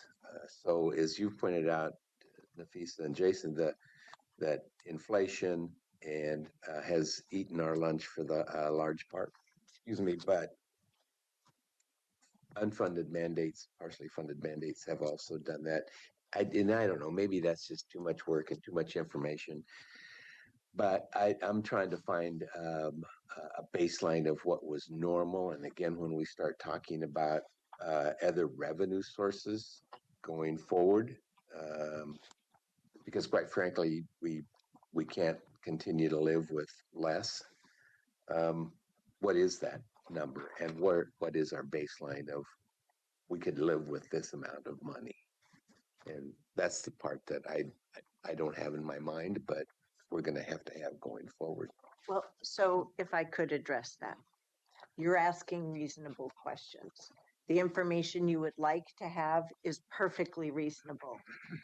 The sad reality that we continue to have to accept is that our current tool base is not equipped to get us that information without derailing staff from the work we need them to do today. Okay. Yeah, I So agree with that. There's you are, I think, value. correct in having faith that with new tools, maybe not all of them yet, future boards, we hope, will have better information in which to entertain those questions. But staff may find it's good that you're articulating it again today so that Ms. Angie and company can look into what kind of tools might we need to address a question like that. Does the current plan for a new ERP and additional work get us there? Or if there, what other kind of projects or programs will the board need to invest in so that we have more precision, so to speak, to label it as that? So thank you for bringing that forward. Yeah, I certainly don't want to give the staff more work looking in the rearview mirror. It does help tell overall story. Though. Yeah. I mean, I think Tanya, you had a few things in the budget presentation last year that sort of gave some of that history, not necessarily those exact numbers, but I thought you told that story well. Yeah, I actually, if I can take a few moments, given this conversation, and given Jason welcoming to the board, and again, and I don't know if I've shared this history. So going back to 2019, when the three of you had joined the board, previous county administrator Bob Davis, also Steve Rhodes, interim county administrator, had already started waving that flag that you would be approaching year over year cuts and we had structural imbalance. So that is going back, and I think those conversations I think they started in 18 as far as I can tell. So this has been many years in the making. And to what multiple of you said, there's multiple different reasons, there's different pressures. We've also faced the state saying, and I'll use the medical examiner, now county, you're responsible for this cost. We've had new state legislation, well, good intention, it had unfunded impacts to us. Or other aspects that just, this is a complex organization. And counties are far more complex than cities. We rely heavily on federal state funds. We're an agent of the state. And so we receive far more mandates from the state to do certain work because we are the agent of the state. So there's not just one kind of driver to the problem that we have. And so the math, even if we could provide you precision math, I guarantee something's going to change with the changes the state is making right now with their direction to each department to cut 5%, with the upcoming changes to the federal landscape. So that precision of giving you accurate information, the challenge is it is as good as like the day we give it to you, and then there's something new based on our service complexity. Well, I think just to your point, a state 5% cut trickles down is a considerably bigger number than 5% to us. Mhm. Correct. And two, kind of a sad scenario is if you take the state revenue stream over the past 5, 6, 7 years, you'd see a significant increase in their revenues, yet the funding to the counties has been significantly decreased. So they've chosen to use that money other places, and to the detriment of counties.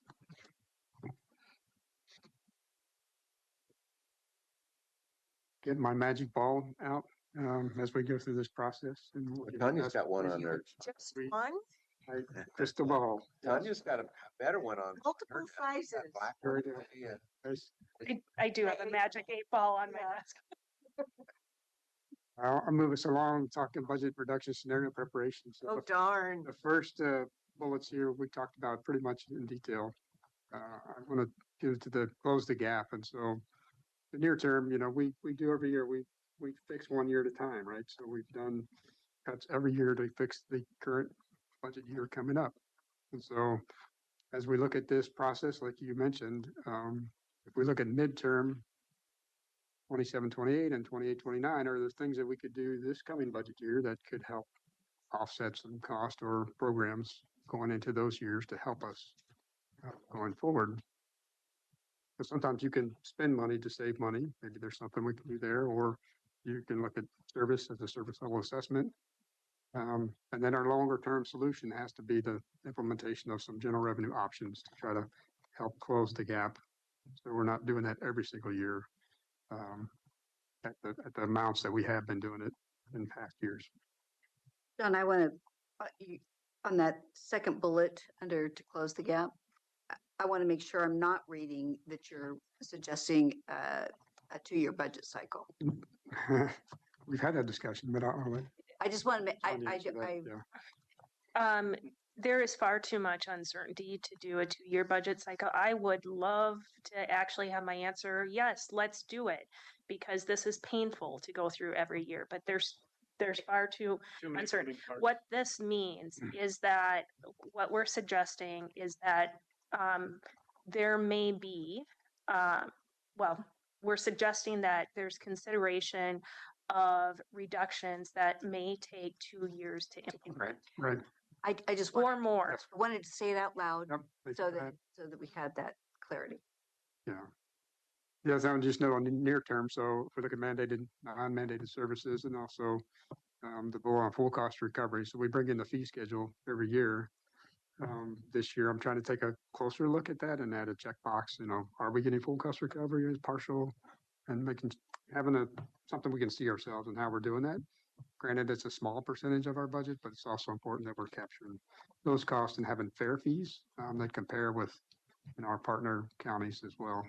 And sometimes they're capped by law and we can't go higher. So it's something to see ourselves. I really appreciate you're articulating the near term, midterm, long term, because the general revenue options really does apply for years out.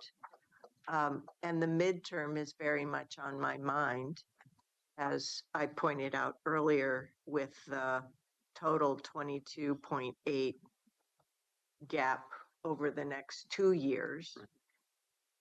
Because I feel, given the changeover expected on the Board of Commissioners, that it's one thing for us to look at finally a single digit gap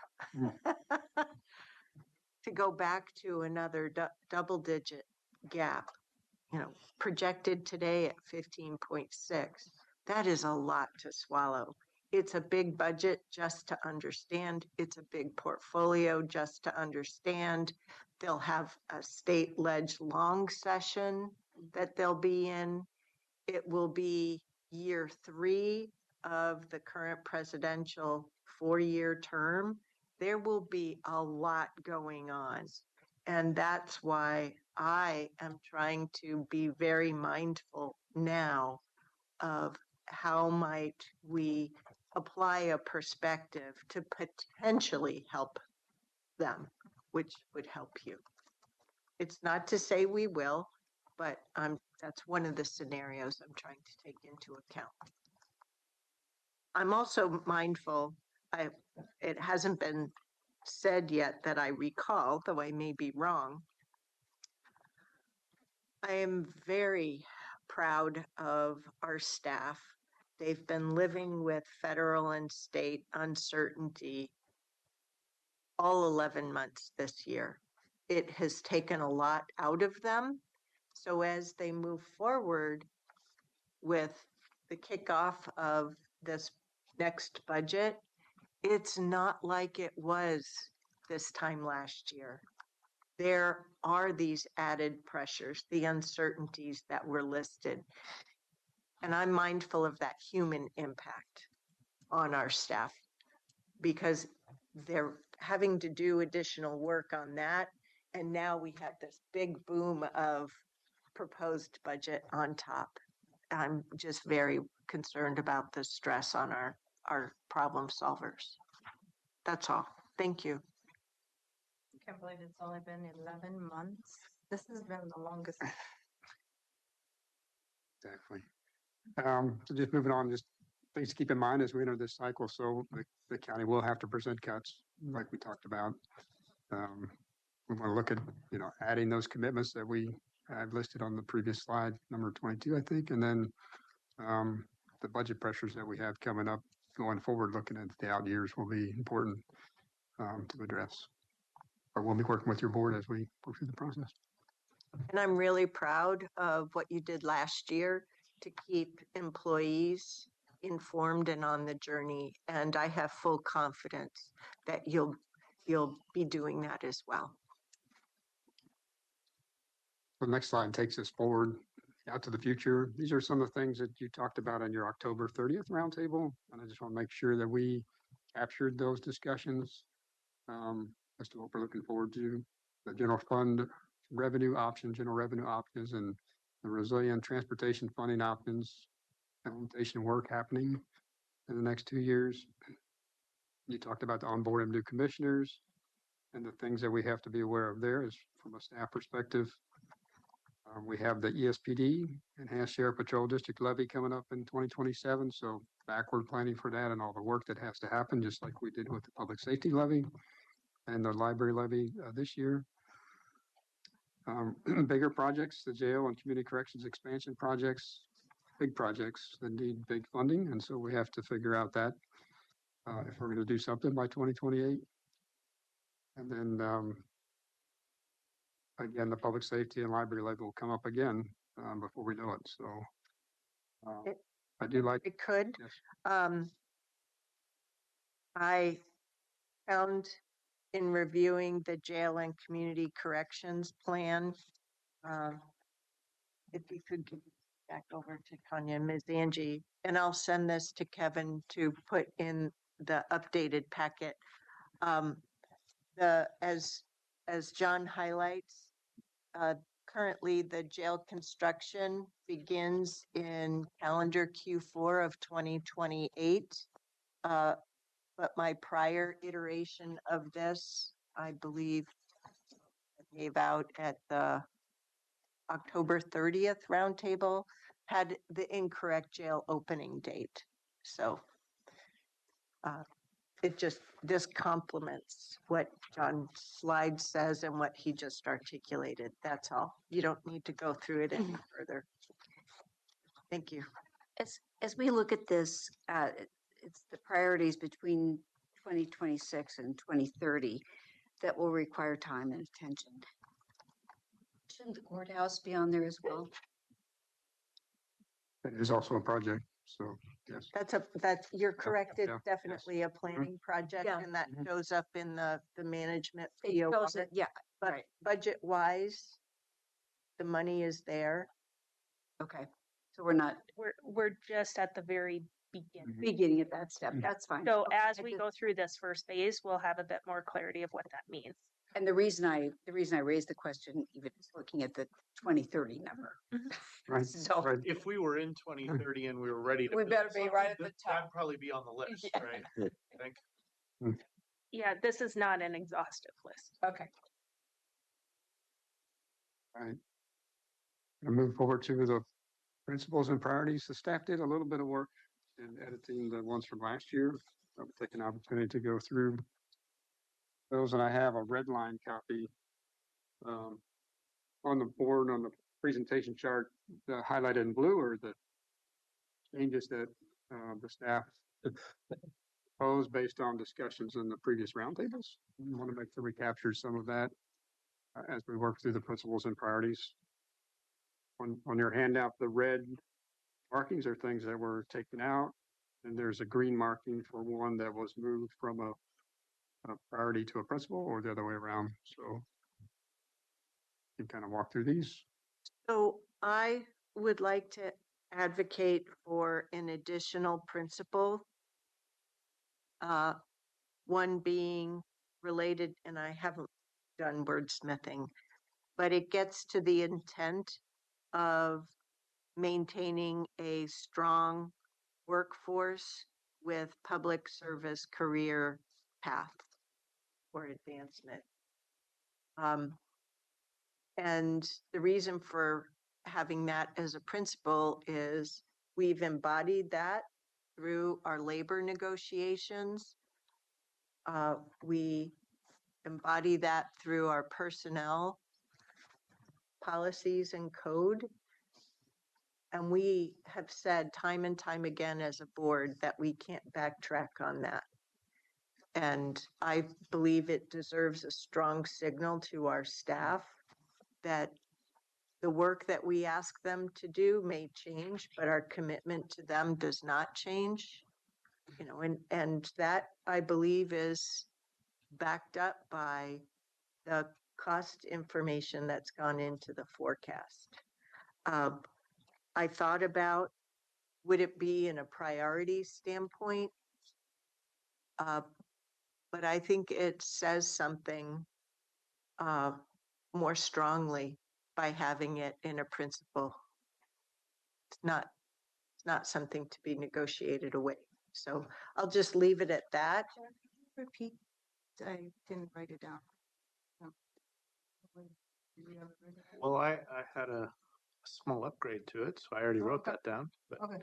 Go for it. I think what you were getting at is maintain a strong workforce with desirable career pathways is what I sort of took out of what you said. I like having the word public service in there though. Or the phrase public service, Maintain. career pathways.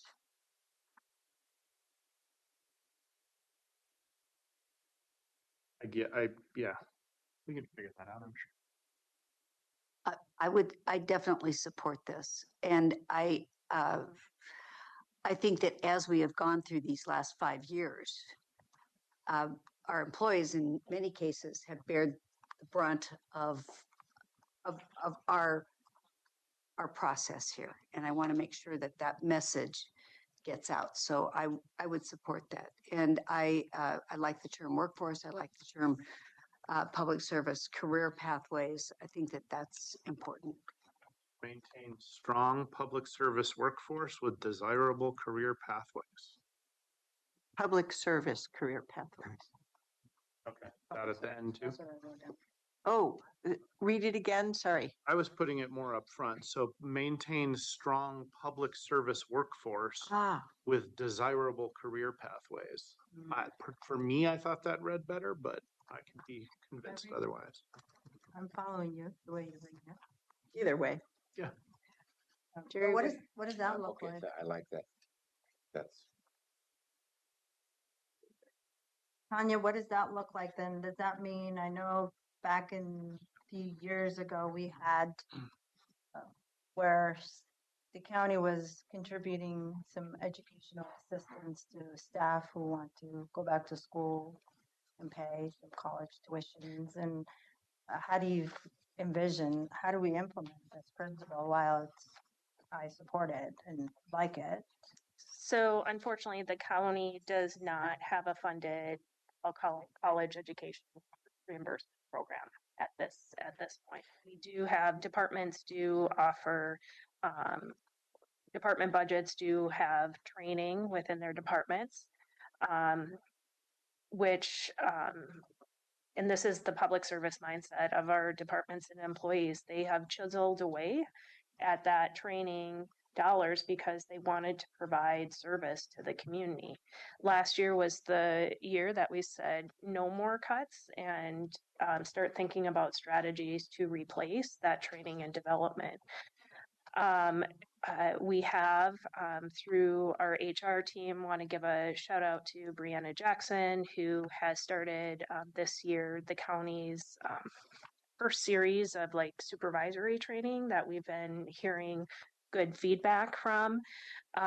So to me, continuing those elements, it also is continuing our work on ensuring compliance with Oregon pay equity from a law standpoint. It includes completing the county's first ever development of job descriptions.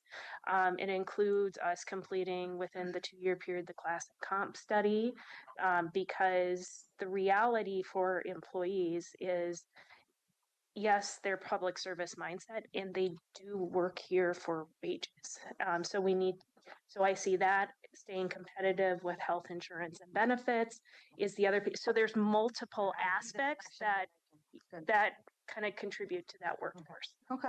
And then I will also say we've got to look at reasonable workloads for employee well-being, because that's actually my biggest concern. And I just have to repeat it. Every single department is stressed and strained. And just a few weeks ago, I was in one of the stairwells and I saw a member from our finance team coming out looking very stressed. This is a member I don't talk to on a routine basis, but I just stopped and talked to her. And we have to realize that our employees, they live lives 24/7 and they're impacted by what's happened, their community members, maybe aging parents, whatever that is. So we need to make sure that employees have adequate time to take time off for themselves and be with family. And so overall, what this principle does is it really points to we've got to have a sustainable workload. And right now, I don't believe we do. That reminds me, when is the all employee survey taking place? We're currently working through which departments are going to participate within this first round, and I'll be kicking off within a couple months. I don't recall the date. Okay. With the feedback that you just provided, I think that needs to be reworked a little bit more to get the workload components and sort of all the stuff that would make this place a great place to work kind of has to get fit in there. I don't know how to do that exactly. But Would everyone be thumbs up with regard to the principle being modified on that? Oh, yeah. Oh, yeah. Okay, it's unanimous. If you could come back Yep, with we can. something you think addresses all those needs, build on that, that'd be great. So we have 15 more minutes for this topic and 5 more slides. Boy, Next two slides are the budget priorities for last year. We didn't highlight the changes on the screen, but the copy I provided has the red line versions of things that were changed.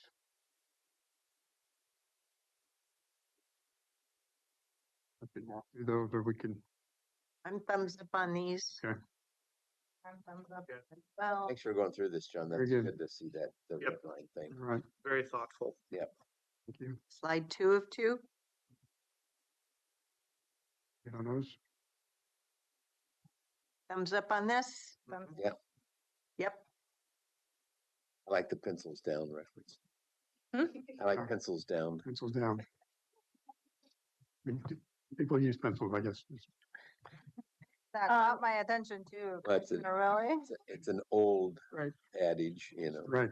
Maybe they won't know that anymore. I don't Tanya know. wants to be a school teacher when she grows up, I think. Well, and I'll say, going back Later. to what Ms. Angie said about a slide that was in the front that's repeated on slide 32. We talked about returning to the board in December for more county service level assessment conversations. So that's where, even though I'm comfortable with these budget priorities, I'm still open to, we may have to add something more. Or modify them. Yes, based upon our learnings there, as a means to support the budget scenarios that Ms. Angie will be asking the departments to work through, and this February 9th pencils down date. Major problem solving ahead is not lost on me, nor the board. Okay. So the next 3 slides include the budget calendar, just for your reference. We've had this in previous presentations, and then once again, the upcoming budget roundtable schedule. If you go 3 slides forward, John. Okay, so December 4th. Oh, could we go back one yeah. slide? Sorry. That's okay. I really appreciated seeing the information sessions here, and the color highlights.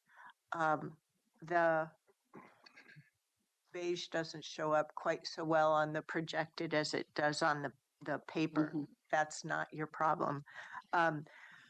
The one thing that we incorporated into our flow last year that isn't documented here is we had a special meeting with our local elected colleagues at the right time, but I think it was sometime, maybe early May. It was after the proposed budget was out. And I wasn't at some time, at some point in time, I think the board, maybe at our December meeting, please reflect on if that's something you would like to do again. So staff has enough time to propose a date and work through the logistics. Does that seem reasonable? That's not in the calendar now. Correct. It is not in the calendar. What we've done in the past is came to that conversation in January to finalize. So what I'm hearing from this is bring back an initial comms plan in December. I'm not trying to accelerate dates. Okay. If January's fine, that's great. January has worked well. And the reason we've used January is for your board to have time to focus on the fiscal forecast, develop the principles and priorities. And then there's that discussion point of how do you as a board want to communicate with your fellow electeds, community, et cetera. And there's different approaches your board has taken each year too. I have one other operational item I wanted to add. I will be on vacation. The only vacation I have figured out for next year so far is I'll be on vacation from maximum extent Thursday, June 11th through Monday, June 22nd. It's on my calendar, but I am making the provisions to fully participate in our board meetings on June 16th. But it does put pressure on the vice chair to run those meetings. Okay. Well, you've got a good vice chair schedule for that year's worth. You think? Yeah. An experience. Okay, thank you for that lighter moment. Yes. So December 4th, we'll bring back the updated draft to the budget principles and priorities. And then at the fourth meeting, you will be affirming the fiscal budget direction to the county administrator and why that's important in December. Remember that February 9th pencils down. So that's when the departments are doing their work in December, January, and first week of February. Also, the service level assessment discussion, Chair, you referenced this, that'll come back on December 4th.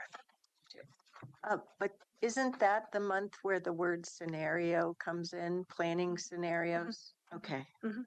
Just wanted to make sure I didn't get that wrong. Yep.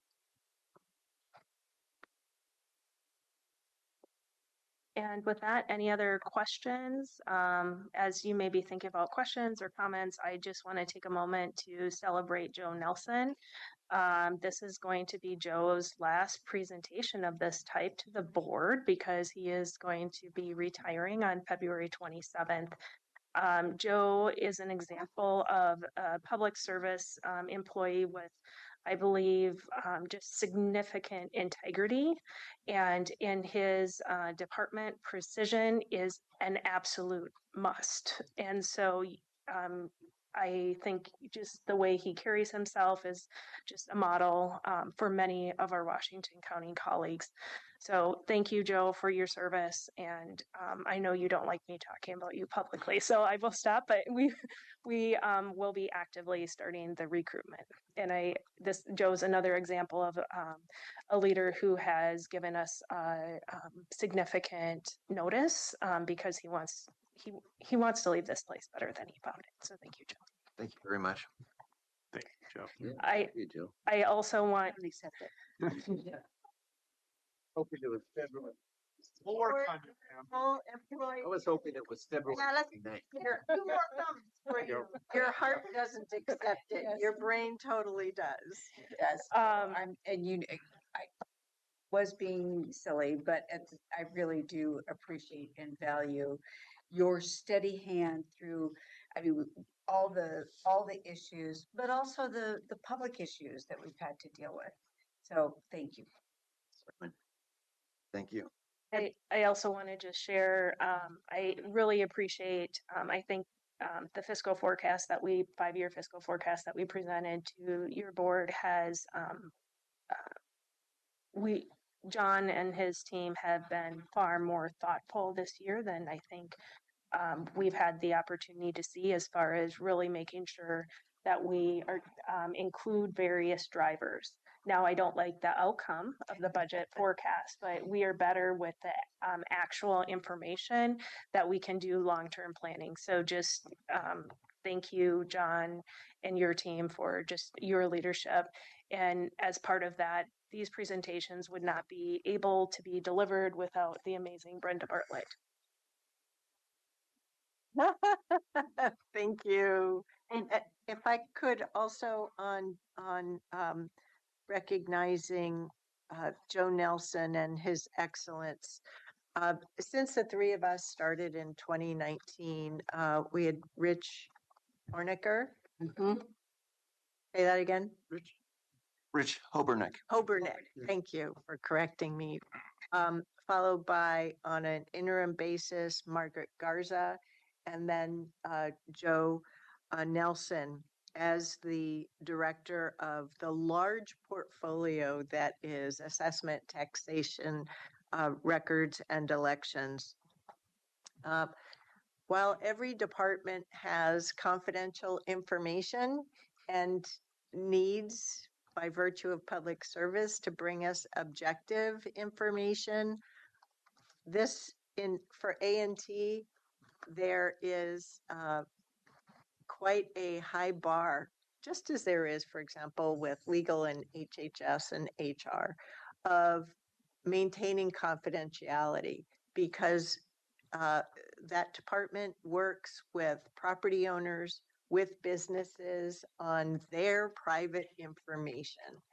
And we've had questions about what, like last year when we were talking about the SIP expiration, but Joe and his team had to stand by the private information until the appropriate time.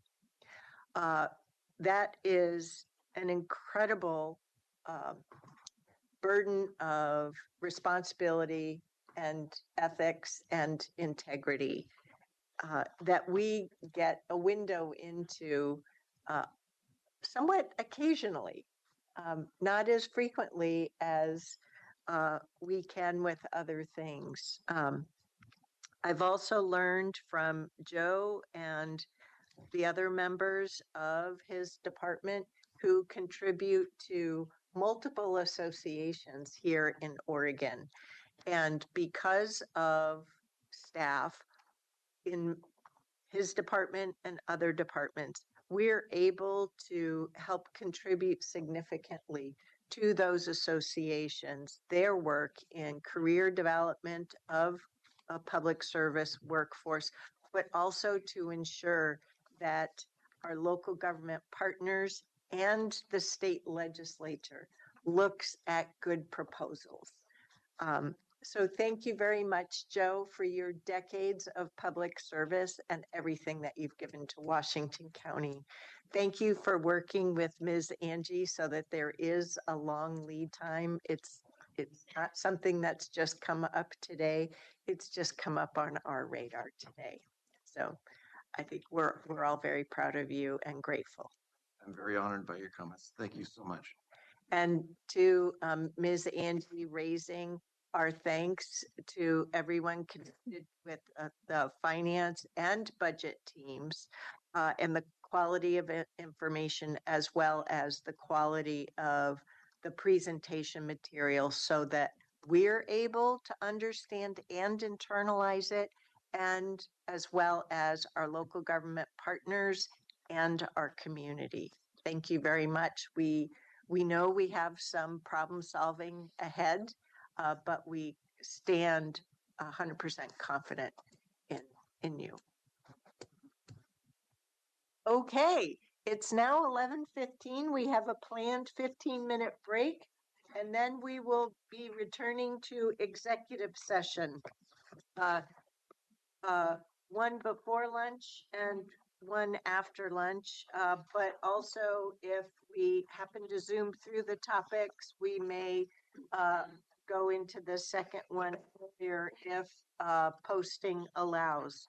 But at this juncture, I'm going to ask for a motion after the break to return at 11:30 in executive session pursuant to ORS 192.660 sub 2 sub F for the purposes of discussing exempt records. We have a motion and a second. All those in favor, please vote. Thank you by raising your hands. Any opposed? The motion carries unanimously 5-0. We'll see y'all later at 11:30.